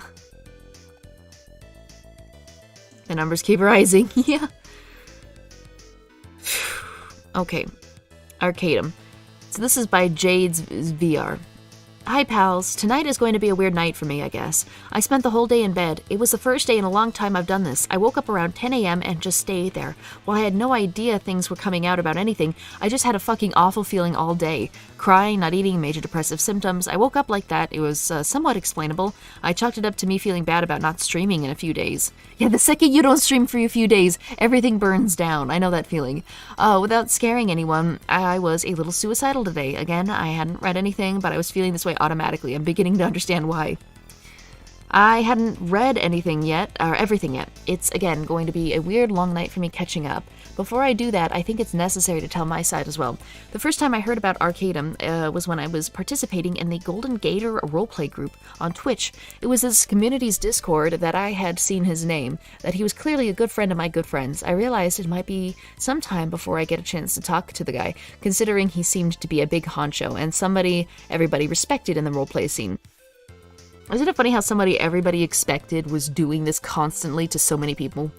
I laughed at that and admired from a distance. I met Arcadum a few months later. I had been streaming on Twitch for about 7 months and had established myself as a transgendered VR chat streamer who could roleplay well and who could perform a variety of different voices. A close friend of mine in the community told me about Callus Row, and I was initially really interested in that. When I first talked to him, our meeting was rather innocuous. Momo was there, sitting on his shoulders in an... Oh, okay, like she climbed up on his shoulders and put his head between her legs, okay. Like that kind of sitting on shoulders? Or was she like a parrot? Was she like, did she body switch into like a parrot model? In an after party lobby alley, and I walked up to them and introduced myself. I gave him the elevator pitch, and that was that. He seemed pleased to have somebody else interested in Callus Row, and he said to apply on the website. The weeks following, I became more heavily involved in the Golden Gators roleplay. I never decided to apply. I felt I was more needed in the lobby than in Callus Row. Arcadum fell out of memory, and he became another VR chat friend.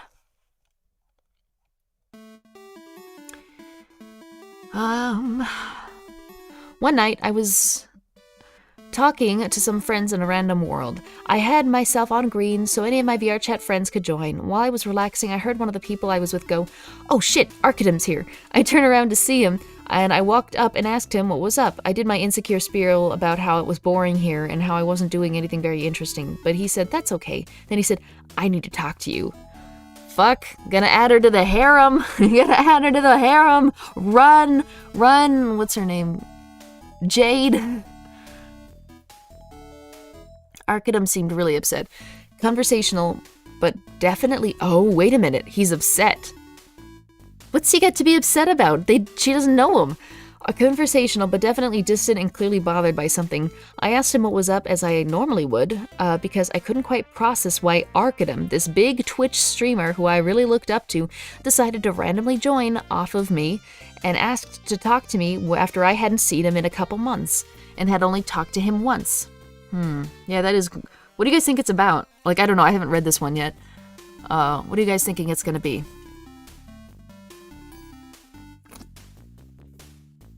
Does he just add every woman he sees?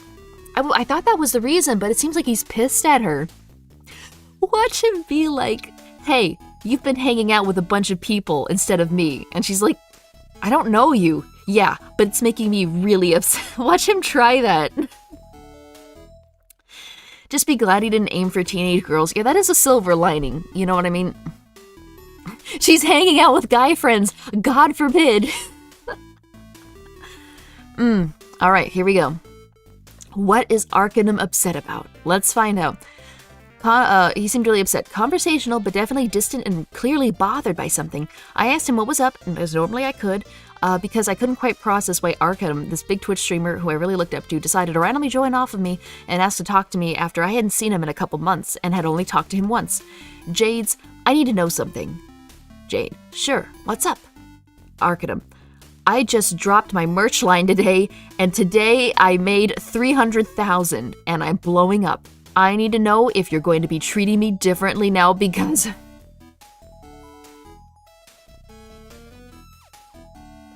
Jade, listen to me. I am super duper rich. I just made an insane amount of money. Money you will probably never see today alone. We're cool, right? I hate this guy. I hate this guy. I hate this guy. I hate this guy. God, I have so much money. Please, please don't try to suddenly flirt with me. I would hate it. Yeah. Guys, listen, I don't want to change our relationship, but I've made like $18 on my merch line. I know. Nobody freak out or anything, okay? But I need you guys to understand that I'm just a regular person, just like you. Like, treating me differently and sending me some nudes? He's doing his money thing, crawling for pity. Yeah, he's just, I'm blowing up. I need to know if you're gonna be treating me differently now because of this.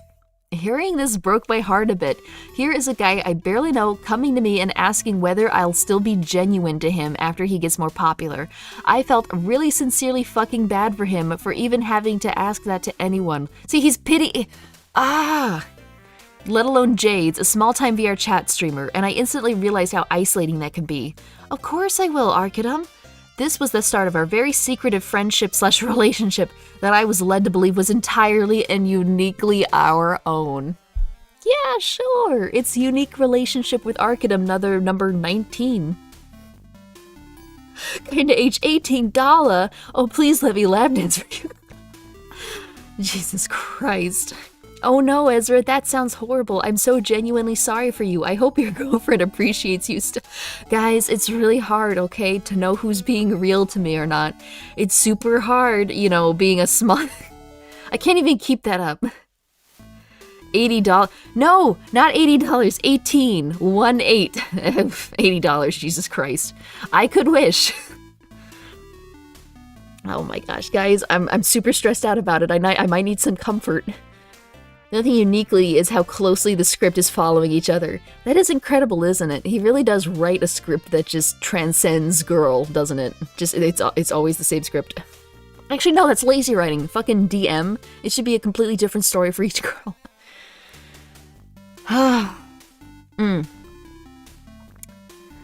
The next day, Arcadum joined on me again. This time around, he was in much better spirits, but clearly needing something from me. What could it be, guys? What could he possibly want? Holla holla, $18. Yeah. Charge extra for Kermit. Yeah, leave the Kermit suit on, please. He joined me again. This time around, he was in much better spirits. But, oh, the next day. Boy, he works fast. The very next day. Imagine that. This time around, he was in much better spirits, but clearly needing something from me. Could we go somewhere else? Arcadum asked. I dropped a portal to my world. Arcadum told me he was lonely. I asked him about his personal life, and he said he didn't have anyone to celebrate his financial and relevance victories on Twitch with. He didn't have anyone to celebrate with. You know, if only he had, like, I don't know, a girlfriend, co-workers, just all his freaking friend groups and fans even. Also, why is he saying he doesn't have anyone to celebrate his financial and relevant victories with when he's like acting like his victories are really bad and he doesn't want anyone to treat him differently? You can't say yesterday that you don't want anyone to treat you differently and then the next day complain how you don't have anyone to celebrate your financial victories with. He kept saying over and over how he has urges as a man and needed to relax throughout his blow-up. I quickly understood what this meant and why he was coming to me. But rather than being creeped out by this, as I would have been for literally anyone else, I was a bit starstruck. Thirsty. Look, just, they get blinded by the fame and the money, and they're like, oh, this is gross with literally anyone else, but it's okay because you're rich and famous. I hate that. I hate that. And that's how celebrities and like these rock stars get away with doing so much horrible shit. Because if anyone else had tried to do it, they would have been creeped out. The girls would have been creeped out. But no, because they're famous and rich, people are like, oh, well, is this my ticket? Literally out here with an acquaintance. Yeah, she just said this was a day after he spoke to her for the first time in months, after speaking to her a single time before. Look, acquaintance, I need someone to celebrate how huge my penis and paycheck is. Yeah, he has a girlfriend to celebrate these milestones with. Look, honey, my hobby is paying off our bills. Exactly! But he doesn't want his fiancée. He wants to party with new girls. He was, after all, Arcadum. Okay, well, have you tried doing anything in VR chat with other girls? I asked. No, never. I wonder when this was. When was this? Jades, you should have timestamped around what month this was, because he very clearly had done this a lot with a lot of other people. I would love to know if this was him just flat out lying again. With other girls? I asked. No, never. I've always known about it, but I wouldn't know the first thing about erotic roleplay. Guys, he wouldn't know the first thing about erotic roleplay. He's never done that before. No, never, as he dry humps VR Kermit while crying. I have a mighty need. Ah!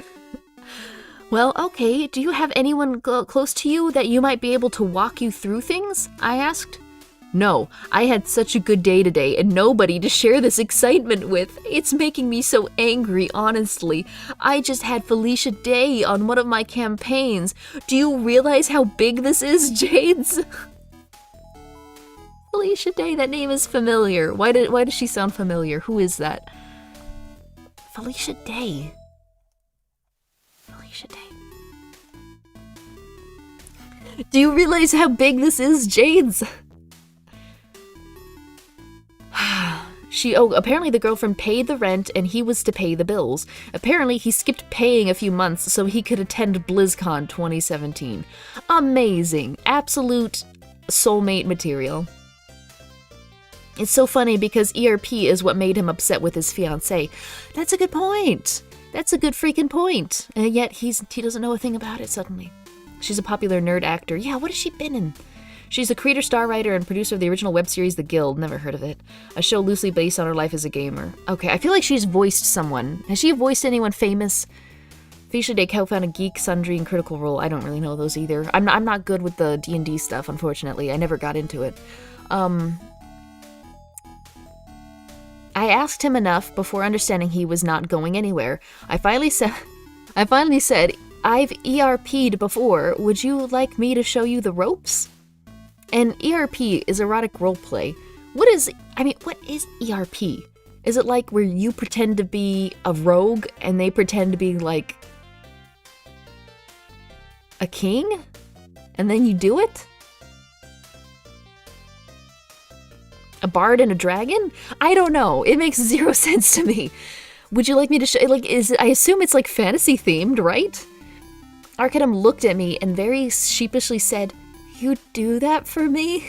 He got another one, guys. The next few months, I was essentially booty called by Arcadum on Discord on and off. He would phrase his invites as innocently as possible, telling me he'd like to talk in VR chat in full body at 11 p.m. The nights we did things, he made me feel like I was earning something from him. He'd make comments like, "You know that as a dungeon master, I pull the strings in a game. The same rules apply to Twitch, Jades. I work the same way." That's so gross. He's offering to trade things for sexual favors. Like if you sleep with him, you'll get privileges that people who are working hard wouldn't get. You pretend to be Captain Phasma while your partner pretends to be a disobedient stormtrooper. Oh my god. Pretending to be a character and role-playing sexual situations, not necessarily fantasy. I never could do roleplay, even when I was like playing Call of Cthulhu with people, so I just don't understand it. It just weirds me out. You know that as a dungeon master, I pull the strings in a game. The same rules apply to Twitch, Jades. I work the same way. He told me how he'd help pay for my rent and potentially even help me with surgery should I need that, citing how he'd done that before with his ex-transgendered roommate. I started to think he was a chaser or strictly interested in me because I was transgender. No, he did this with everyone. Everyone. He told me how he would put me in one of his Dungeons and Dragons campaigns right after asking to see me. I was on his hook. I felt like I owed him for future things that hadn't even happened yet. Yeah, you don't want to piss off the guy who says that he's willing to give you like $5,000 and whatever you need. Throughout the entire process of all of our meetups, Arcadum would first ask me to swear I would keep my discretion. There are people in my circles that I've had in campaigns that got canceled. I don't want to get canceled. Call of Cthulhu is awesome and badass. Yeah, I did like a tutorial one and like a mini one with friends. It was really bad though. I can't roleplay. I say stuff like, oh, well, my character would, and then like I have to say it in the third person because that's how much it weirds me out because of shit like this. Felicia Day's campaign was between November 3rd through January 26, 2021, according to the wiki. Which means if he said that he had Felicia Day in his thing, wait a freaking minute.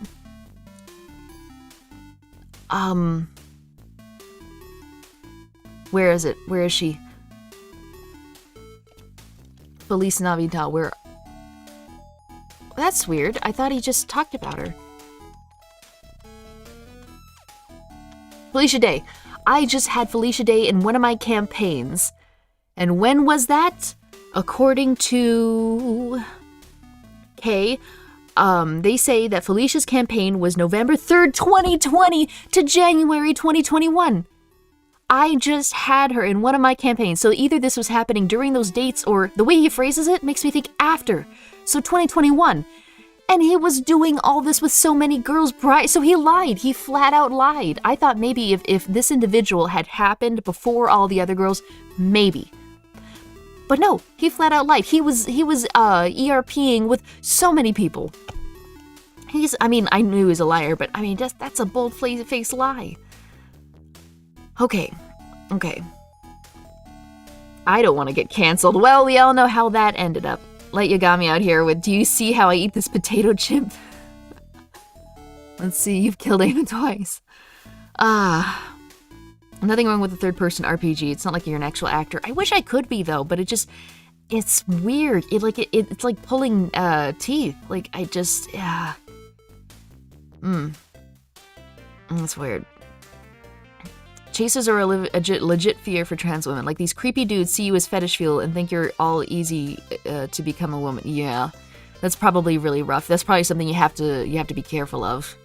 Same thing with most fetishes, actually. Like, I've heard people that are, like, heavy-set and then talk about, like, not wanting to end up with someone whose fetish is them being heavy because they'll try to make them unhealthier because it just, like, gets them off. Scary. Don't get with anyone that has your physical traits as a fetish, okay? Just, don't do it. Months went by. Well, maybe it could work out, but it seems like a bad idea to me. Like, it could go wrong really easily. Months went by without hearing from him. The other day, Arcadum requested off me. Hi, Jades. Hi, Arcadum. He was here to do what he'd always done. I put on my sexy act as best I could for him because I didn't want to disappoint him. But something was different this time. He seemed really, really off. I told Arcadum I needed to go to sleep. He told me his VR was broken and that it'd be a couple days before he'd get it back. I told him to hit me up when he got it. I didn't really want to do anything while he was in desktop. I logged off and immediately I got a Discord message. Jades, I need to call you.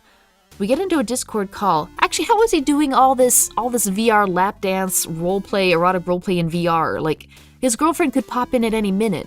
Like, what does she do if she pops in to say, hey, I'm going to blah, blah, blah, and, like, he's there, like, talking dirty to someone in VR? Like, how did he keep this secret for over a year, is my question. Let's see. The DM got mad because I remembered how to beat a character from the book that my character did not show. Did not know. Oh, huh. Like, I guess that's metagaming. It's a bad idea. If you're fetish fueled, then you're already dehumanized, yeah. Okay, so Jades, I need to call you. We get into a Discord call, and he tells me he wants to rescind his advances. Dude, you can't unadvance advances on someone. You can't pursue someone and be like, I want to unpursue you. Okay, he wants to rescind his advances on me. He didn't like the thought of losing me and just wanted to stay friends. This was not the first time something like this was said to me by him, so I brushed it off and assured him I'd love to be his friend and continue our little arrangement. Well, Jades, I need your word. Please don't tell anyone about this. I won't tell, Arcadum. I won't tell. Well...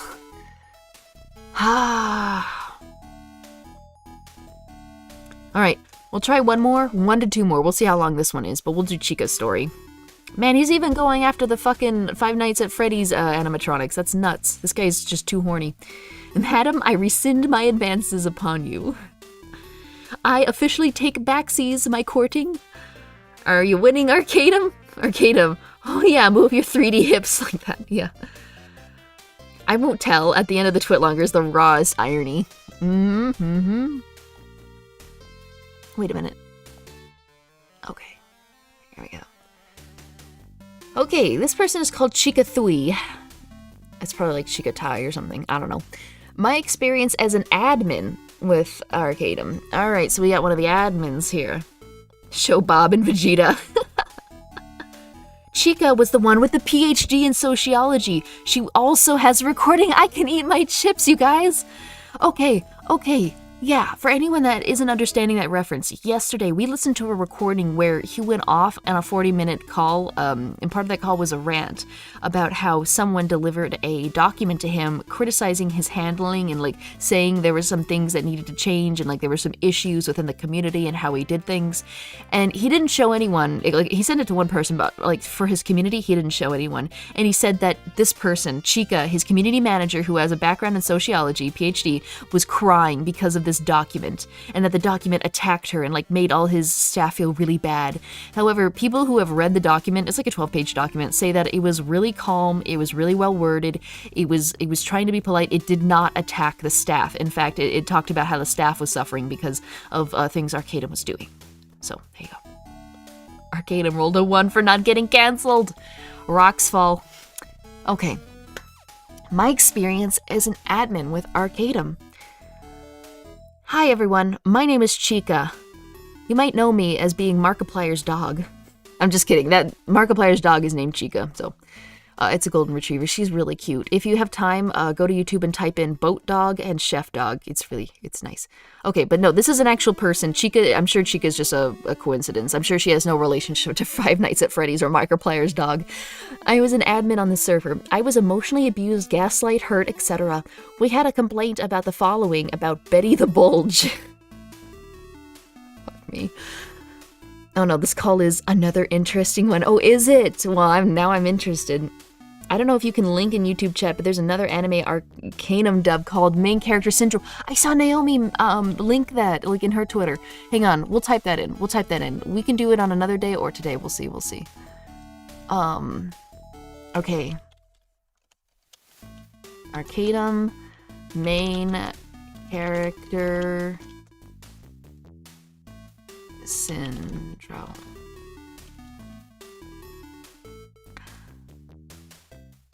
Main Character Syndrome. Is it by Twitch Backups? It's The Fall of Arcadum, Main Character Syndrome by Twitch Backups. It's 1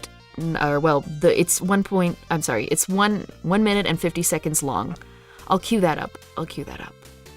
Goldens are nice, aren't they? Oh, it gets DMCA'd. Oh, wait.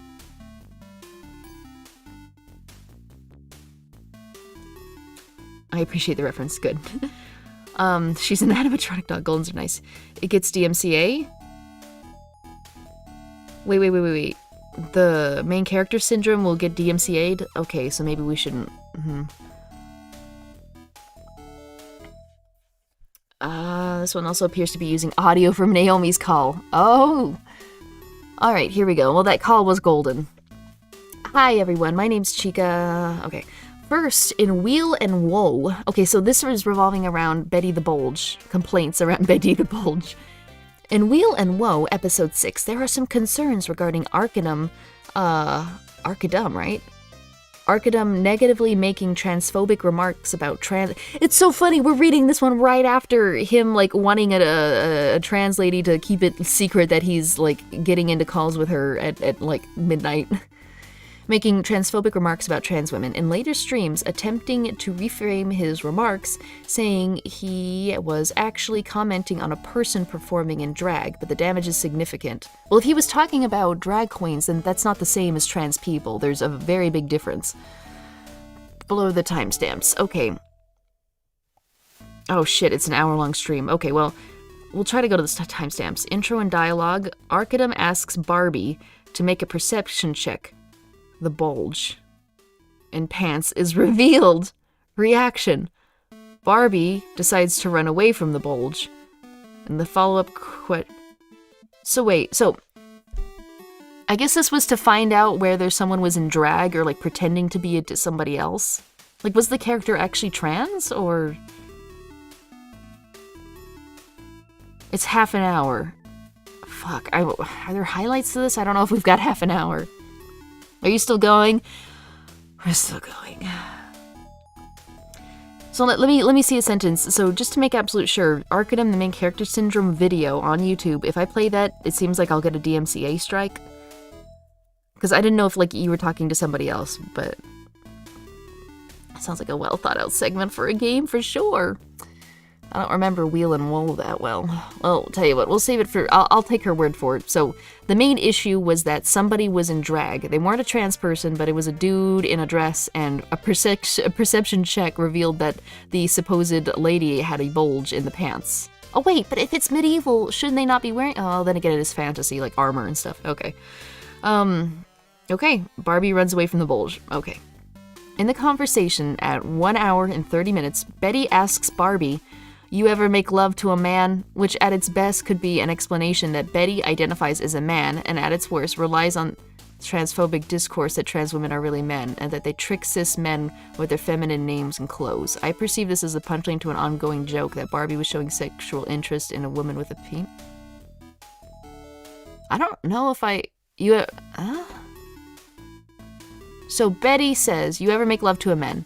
Betty has a bulge.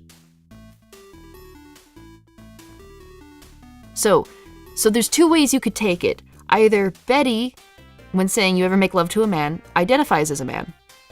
Or they're being transphobic. That's a pretty big difference. I think it's best if people ask Betty to clarify, because if Bloody Betty has a male character, right, and they ask another character, you ever make love to a man, they identify as a man, that they're a man. It seems like, I don't know where you got this from, but maybe everybody should have asked Betty to clarify. Because these are two wildly different things. This is a reference to her identifying as a man, or it's super transphobic. That's pretty big. Let's see. Overall, multiple individuals have tried to let him know of his issues and have ignored... Who? Betty or Arcadum? Oh, wait. So maybe Betty was a character of Arcadum, right? So Arcadum was playing a character named Betty. Betty had a bulge and asked if the character had ever made love to a man.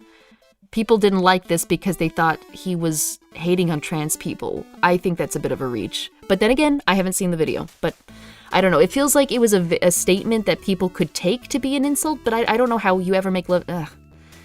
Did we know that the character of Betty was trans? Because if it was literally a guy in drag, then no, it's NPC character with female art who Arcadum said had a bulge. So it's either a drag queen or someone that identifies as a man but likes to dress as a woman, or a trans individual. Do we know which one it is? I don't know. You know what? This isn't really something I'm gonna look into, because I feel like it's it could be this or it could be this, and it's like it could be completely normal or it could be incredibly harmful and like insulting. So two of them had masters in gender studies. Okay. Well, I guess that means they must be right. I was yelled at for 30 minutes about how I was wrong and how my degree doesn't matter. and how I was manipulated. Okay. Well, just because you have a degree doesn't make you right. I'm going to refer to Naomi talking about the letter that was because here's the thing, like, you're trying to read intent, right? And all of it hinges on whether he was referring to the fact that this woman had a bulge and was actually a guy and considered themselves to be a guy despite dressing femininely. Which, as we all know, it's 2021, that's okay, right? Or it was trans and despite this character being trans, referred to themselves as a male, which doesn't make a lot of sense because then they wouldn't really be trans because they don't consider themselves to be... I'm leaning more to a guy in drag, honestly, because it doesn't make sense if the character is supposed to be trans yet refers to themselves as male. So, I want to say, because I wanted to protect the staff who worked with me because I didn't want them to be abused, to be yelled at for hours at a time. Why is anyone yelling over this? He fired me because I started a new D&D Living World community. I mean, as a community manager, I guess you can be managers to different communities. I got blasted by those in his community who agreed with him. People called me an ice queen, called me a bitch, or a dominating woman.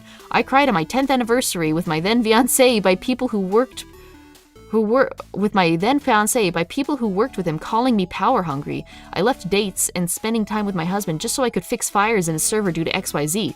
Yeah, it's community manager shit. I have PTSD from playing D&D, having nightmares about Arcadum yelling at me, working with him. I shouldn't feel this way. I have a PhD with a wonderful husband, job, friends, and a dog. I quit the webcomic because I can't continue to be abused, which I feel bad for them, but I had to for myself. I want to make a community in the hopes that we don't have to be abused or have to be put in protect people. Yeah, I don't know. I don't know how you get PTSD being a community manager for D&D. I don't know. Like, congrats for sticking it out and getting traumatized, I guess? I don't know. All right. Let's see. What else we got? Sorry, that was my stomach if you heard that. This one feels like she just jumped into the Arcadum dog pile and it's not good enough. Yeah, maybe it's just because everything else we've read has been actually serious, but this one was, I was a community manager. There was a big debate over whether or not a character was trans or in drag, and I got yelled at, and I cried on my anniversary, and I have PTSD from being your community manager because people yelled at me. Sorry people yelled at you? People shouldn't be yelling at you, but are you saying Arcadum yelled at you, or people yelled at you? In which case, you can't really hold them responsible for that? I don't know. But then again, if it's his community and she's saying people are yelling at her, then he should like have a word with them, I guess. I don't know. Let's see. And here's the thing. Whenever somebody gets canceled, you see people with legitimate concerns come out, but you may also see, like, there's a running joke that if someone gets canceled, their gardener will come out and, like, say, this is my story. So keep that in mind. There might be some people that just, like, had a bad interaction with him and really want to get in and, like, make that known. So, something to consider. That one was dumb. Well, it certainly was underwhelming. It's funny, I don't think I saw any of the girls that he actually, like, gaslit, isolated, and manipulated for a year say they had PTSD, but the sociology major that got yelled at as a community major has PTSD. It's just interesting. Throwing PTSD around like a buzzword is pretty scummy. Well, I don't know. Like, they say you can get PTSD from different things, but, like, if I go to a store and, like, a dog barks at me on the way, like, am I allowed to say I have PTSD? Because human brains are weird. You can get traumatized over weird stuff, but I don't know. If you were a community manager and you started getting to the point where you started to have PTSD, it was time to leave. It was time to leave. My own experience with Arcadum. This is Quinoa. I used to know Arcadum for a long time, since Team 5 existed. If you know that VR chat group, and he was always nice to me even if I was mute and most people ignored me. Time passed and he became super famous with his D&D streams. One day I sent him just a nice and long DM telling him how he was amazing by the things he did and how far he went and to not forget about his old friends. He was nice to that, thanked me and said he would hang out with me in VRC when he had the time. You know, her crying about receiving a document talking about how Arcadum is, like, dropping the ball, it suddenly makes a little bit more sense now, I think. Not this person, the other one. After that, some weird things happened. It happened like 2 or 3 times, but it was mostly the same thing. One of those, I was in VRC. I get an invite from him, and I accept it. I meet him in that movie world, and he tells me he just wants to hang out and watch a movie, because he is lonely, and no one joins him. Oh boy, pity baiting, take a sip.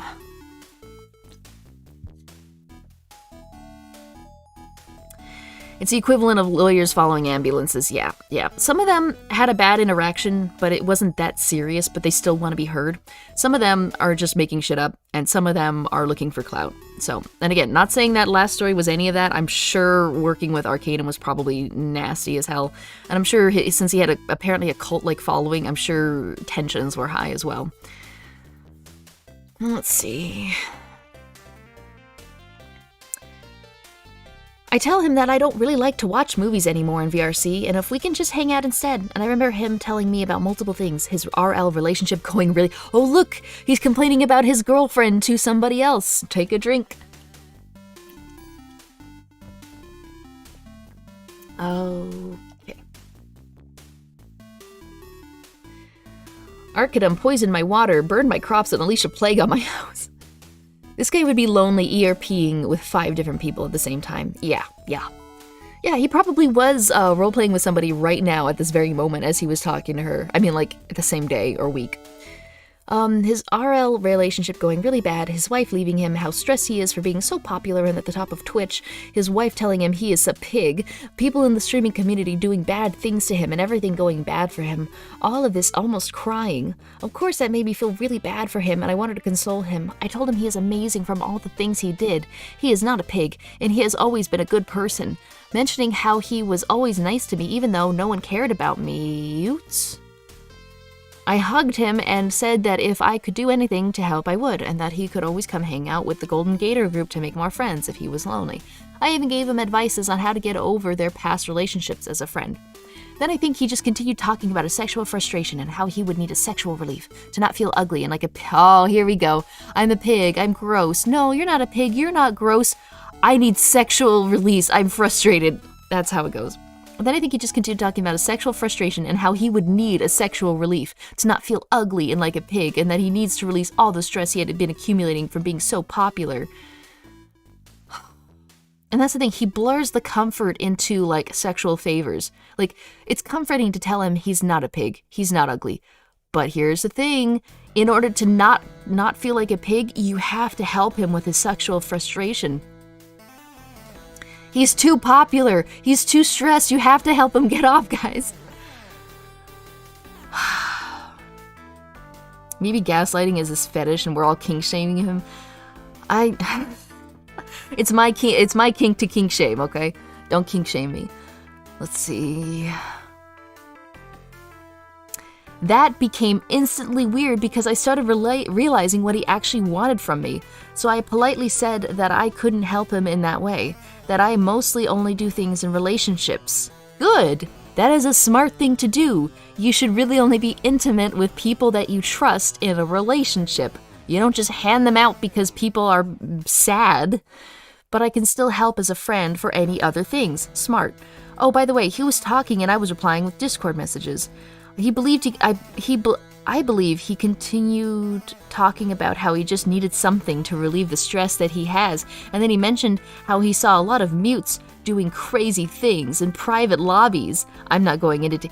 Okay, I don't know what a mute is, but apparently she's one, and he heard about mutes being super sexual in private lobbies, and he thought he could do that with her.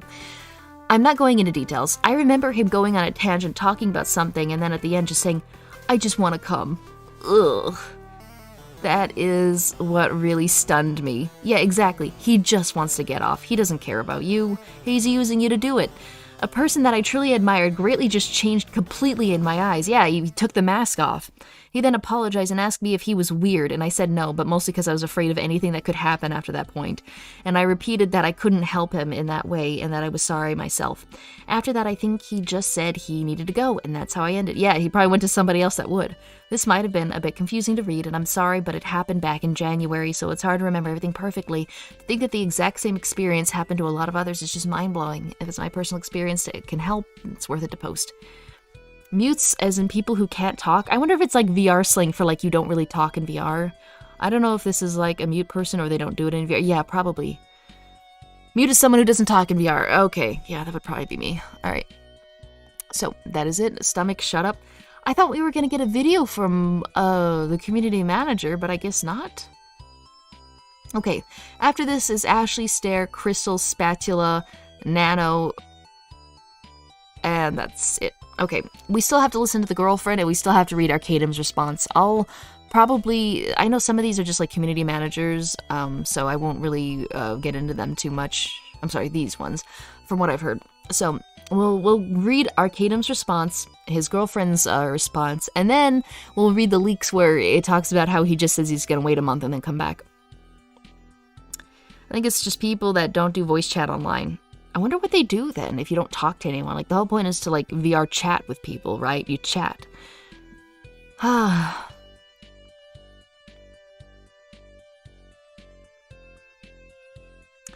There's another call, but I'm not sure which account it's from. It's a multi-person voice chat with Arcadum and his community managers. Wait a minute, I think I heard a snippet of this. Was this the one where there was a Discord meeting with, like, all the mods and stuff? And, like, one guy was crying, and they were talking about how Arcadum's behavior needed to change. I've heard that one. I think I've heard that one. I don't know from where it's from. Let me do a real quick check. You're thinking of the right one. Yeah. Where is that from? I saw Balblax play that for like half a second. Where is that from? Okay, give me half a second here. If it's too long, I'll check for it. If it's too long, we won't do it today. But it'll be good to know about it. Let me just do a real quick look. It's in one of these parts.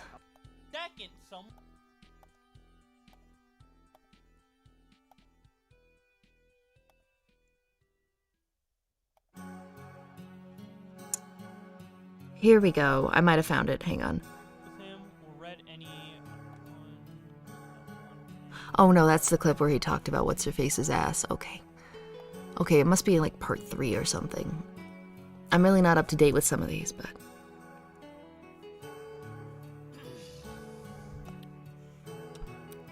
I think we have it.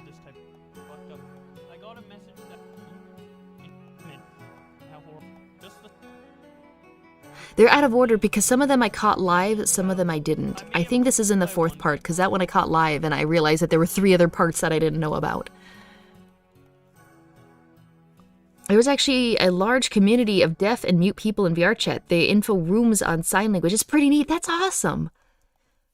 Oh, here! I found it. Okay, how long is this? Where did he get it from? He willingly did this to that manipulator person. Check out this. Oh, there's a paste bin. Despicable. Each had, among many other individuals, Well, you should have seen how this guy, like, interacted with his mods and stuff. Like, one guy was actually crying. He was so frustrated about how he'd been treated. Okay, where did he get this paste bin from? It's a 90-minute call. Okay, we might... Maybe we could do half of it. Because I sure as heck don't want to start the next stream with a 90-minute call.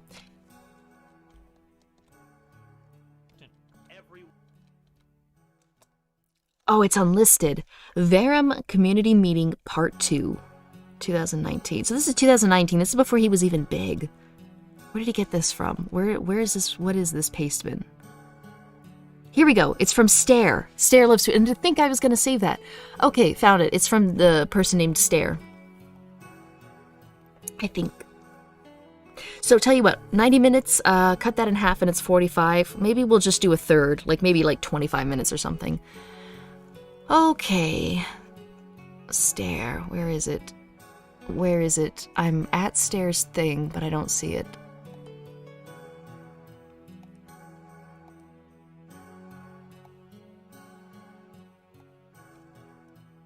go through people dearly. Some even more. They see how women he can just share it up and take persecute less. I was wrong. It isn't in Stare's twit longer. I don't want to like do this like state to state. More like Yeah, because if it's unlisted, I'll never find it. But if I can find the paste bin, then that'll do it.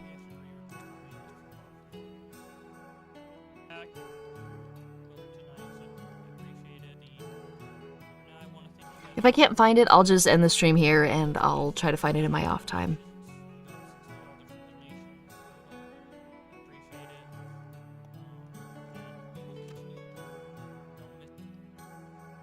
Wait a minute. Did I somehow skip it? By one go PhD in sociology. Oh my god, where was the call from? I suddenly can't find it. Oh well. I don't want to say that I don't find you. Throw a tantrum. Oh, I'm in part 3. How did I...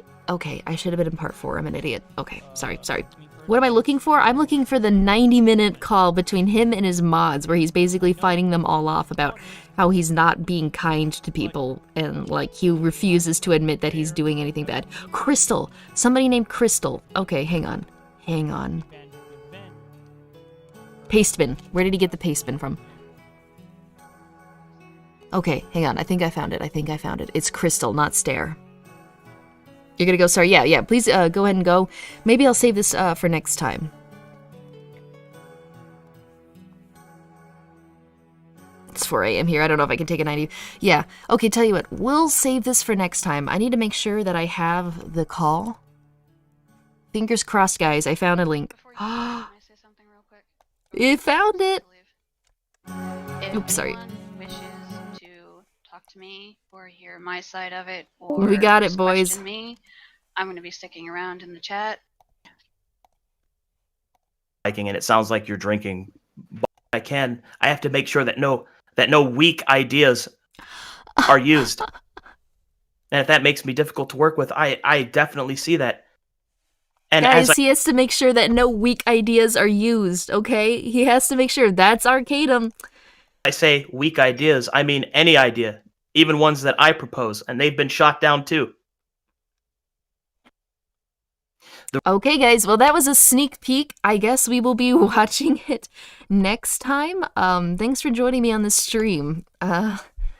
If you want to see this video for yourself and you can't wait, it's in Crystal's. In the thread is Crystal. It was found in her twit longer. He loves to throw the word weak around. Yeah, especially for other people, right? They're just not strong enough. Even though he's the one crying about not feeling like a man to strangers to get them to, have pity sex with him. Okay. Maybe I should say before we get to part 4, it sounds like some regulars in this community are getting a little worn down from the toxicity of this topic. Maybe. I mean, I just assumed if you didn't want to see it, you wouldn't drop by. It's been 4 days, so I guess so.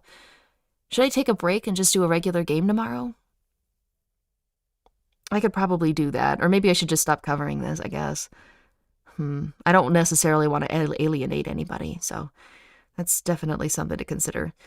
Okay, well, I'll probably do a break tomorrow with like a game then, and if that's the case. And then maybe on Sunday, though, it's not.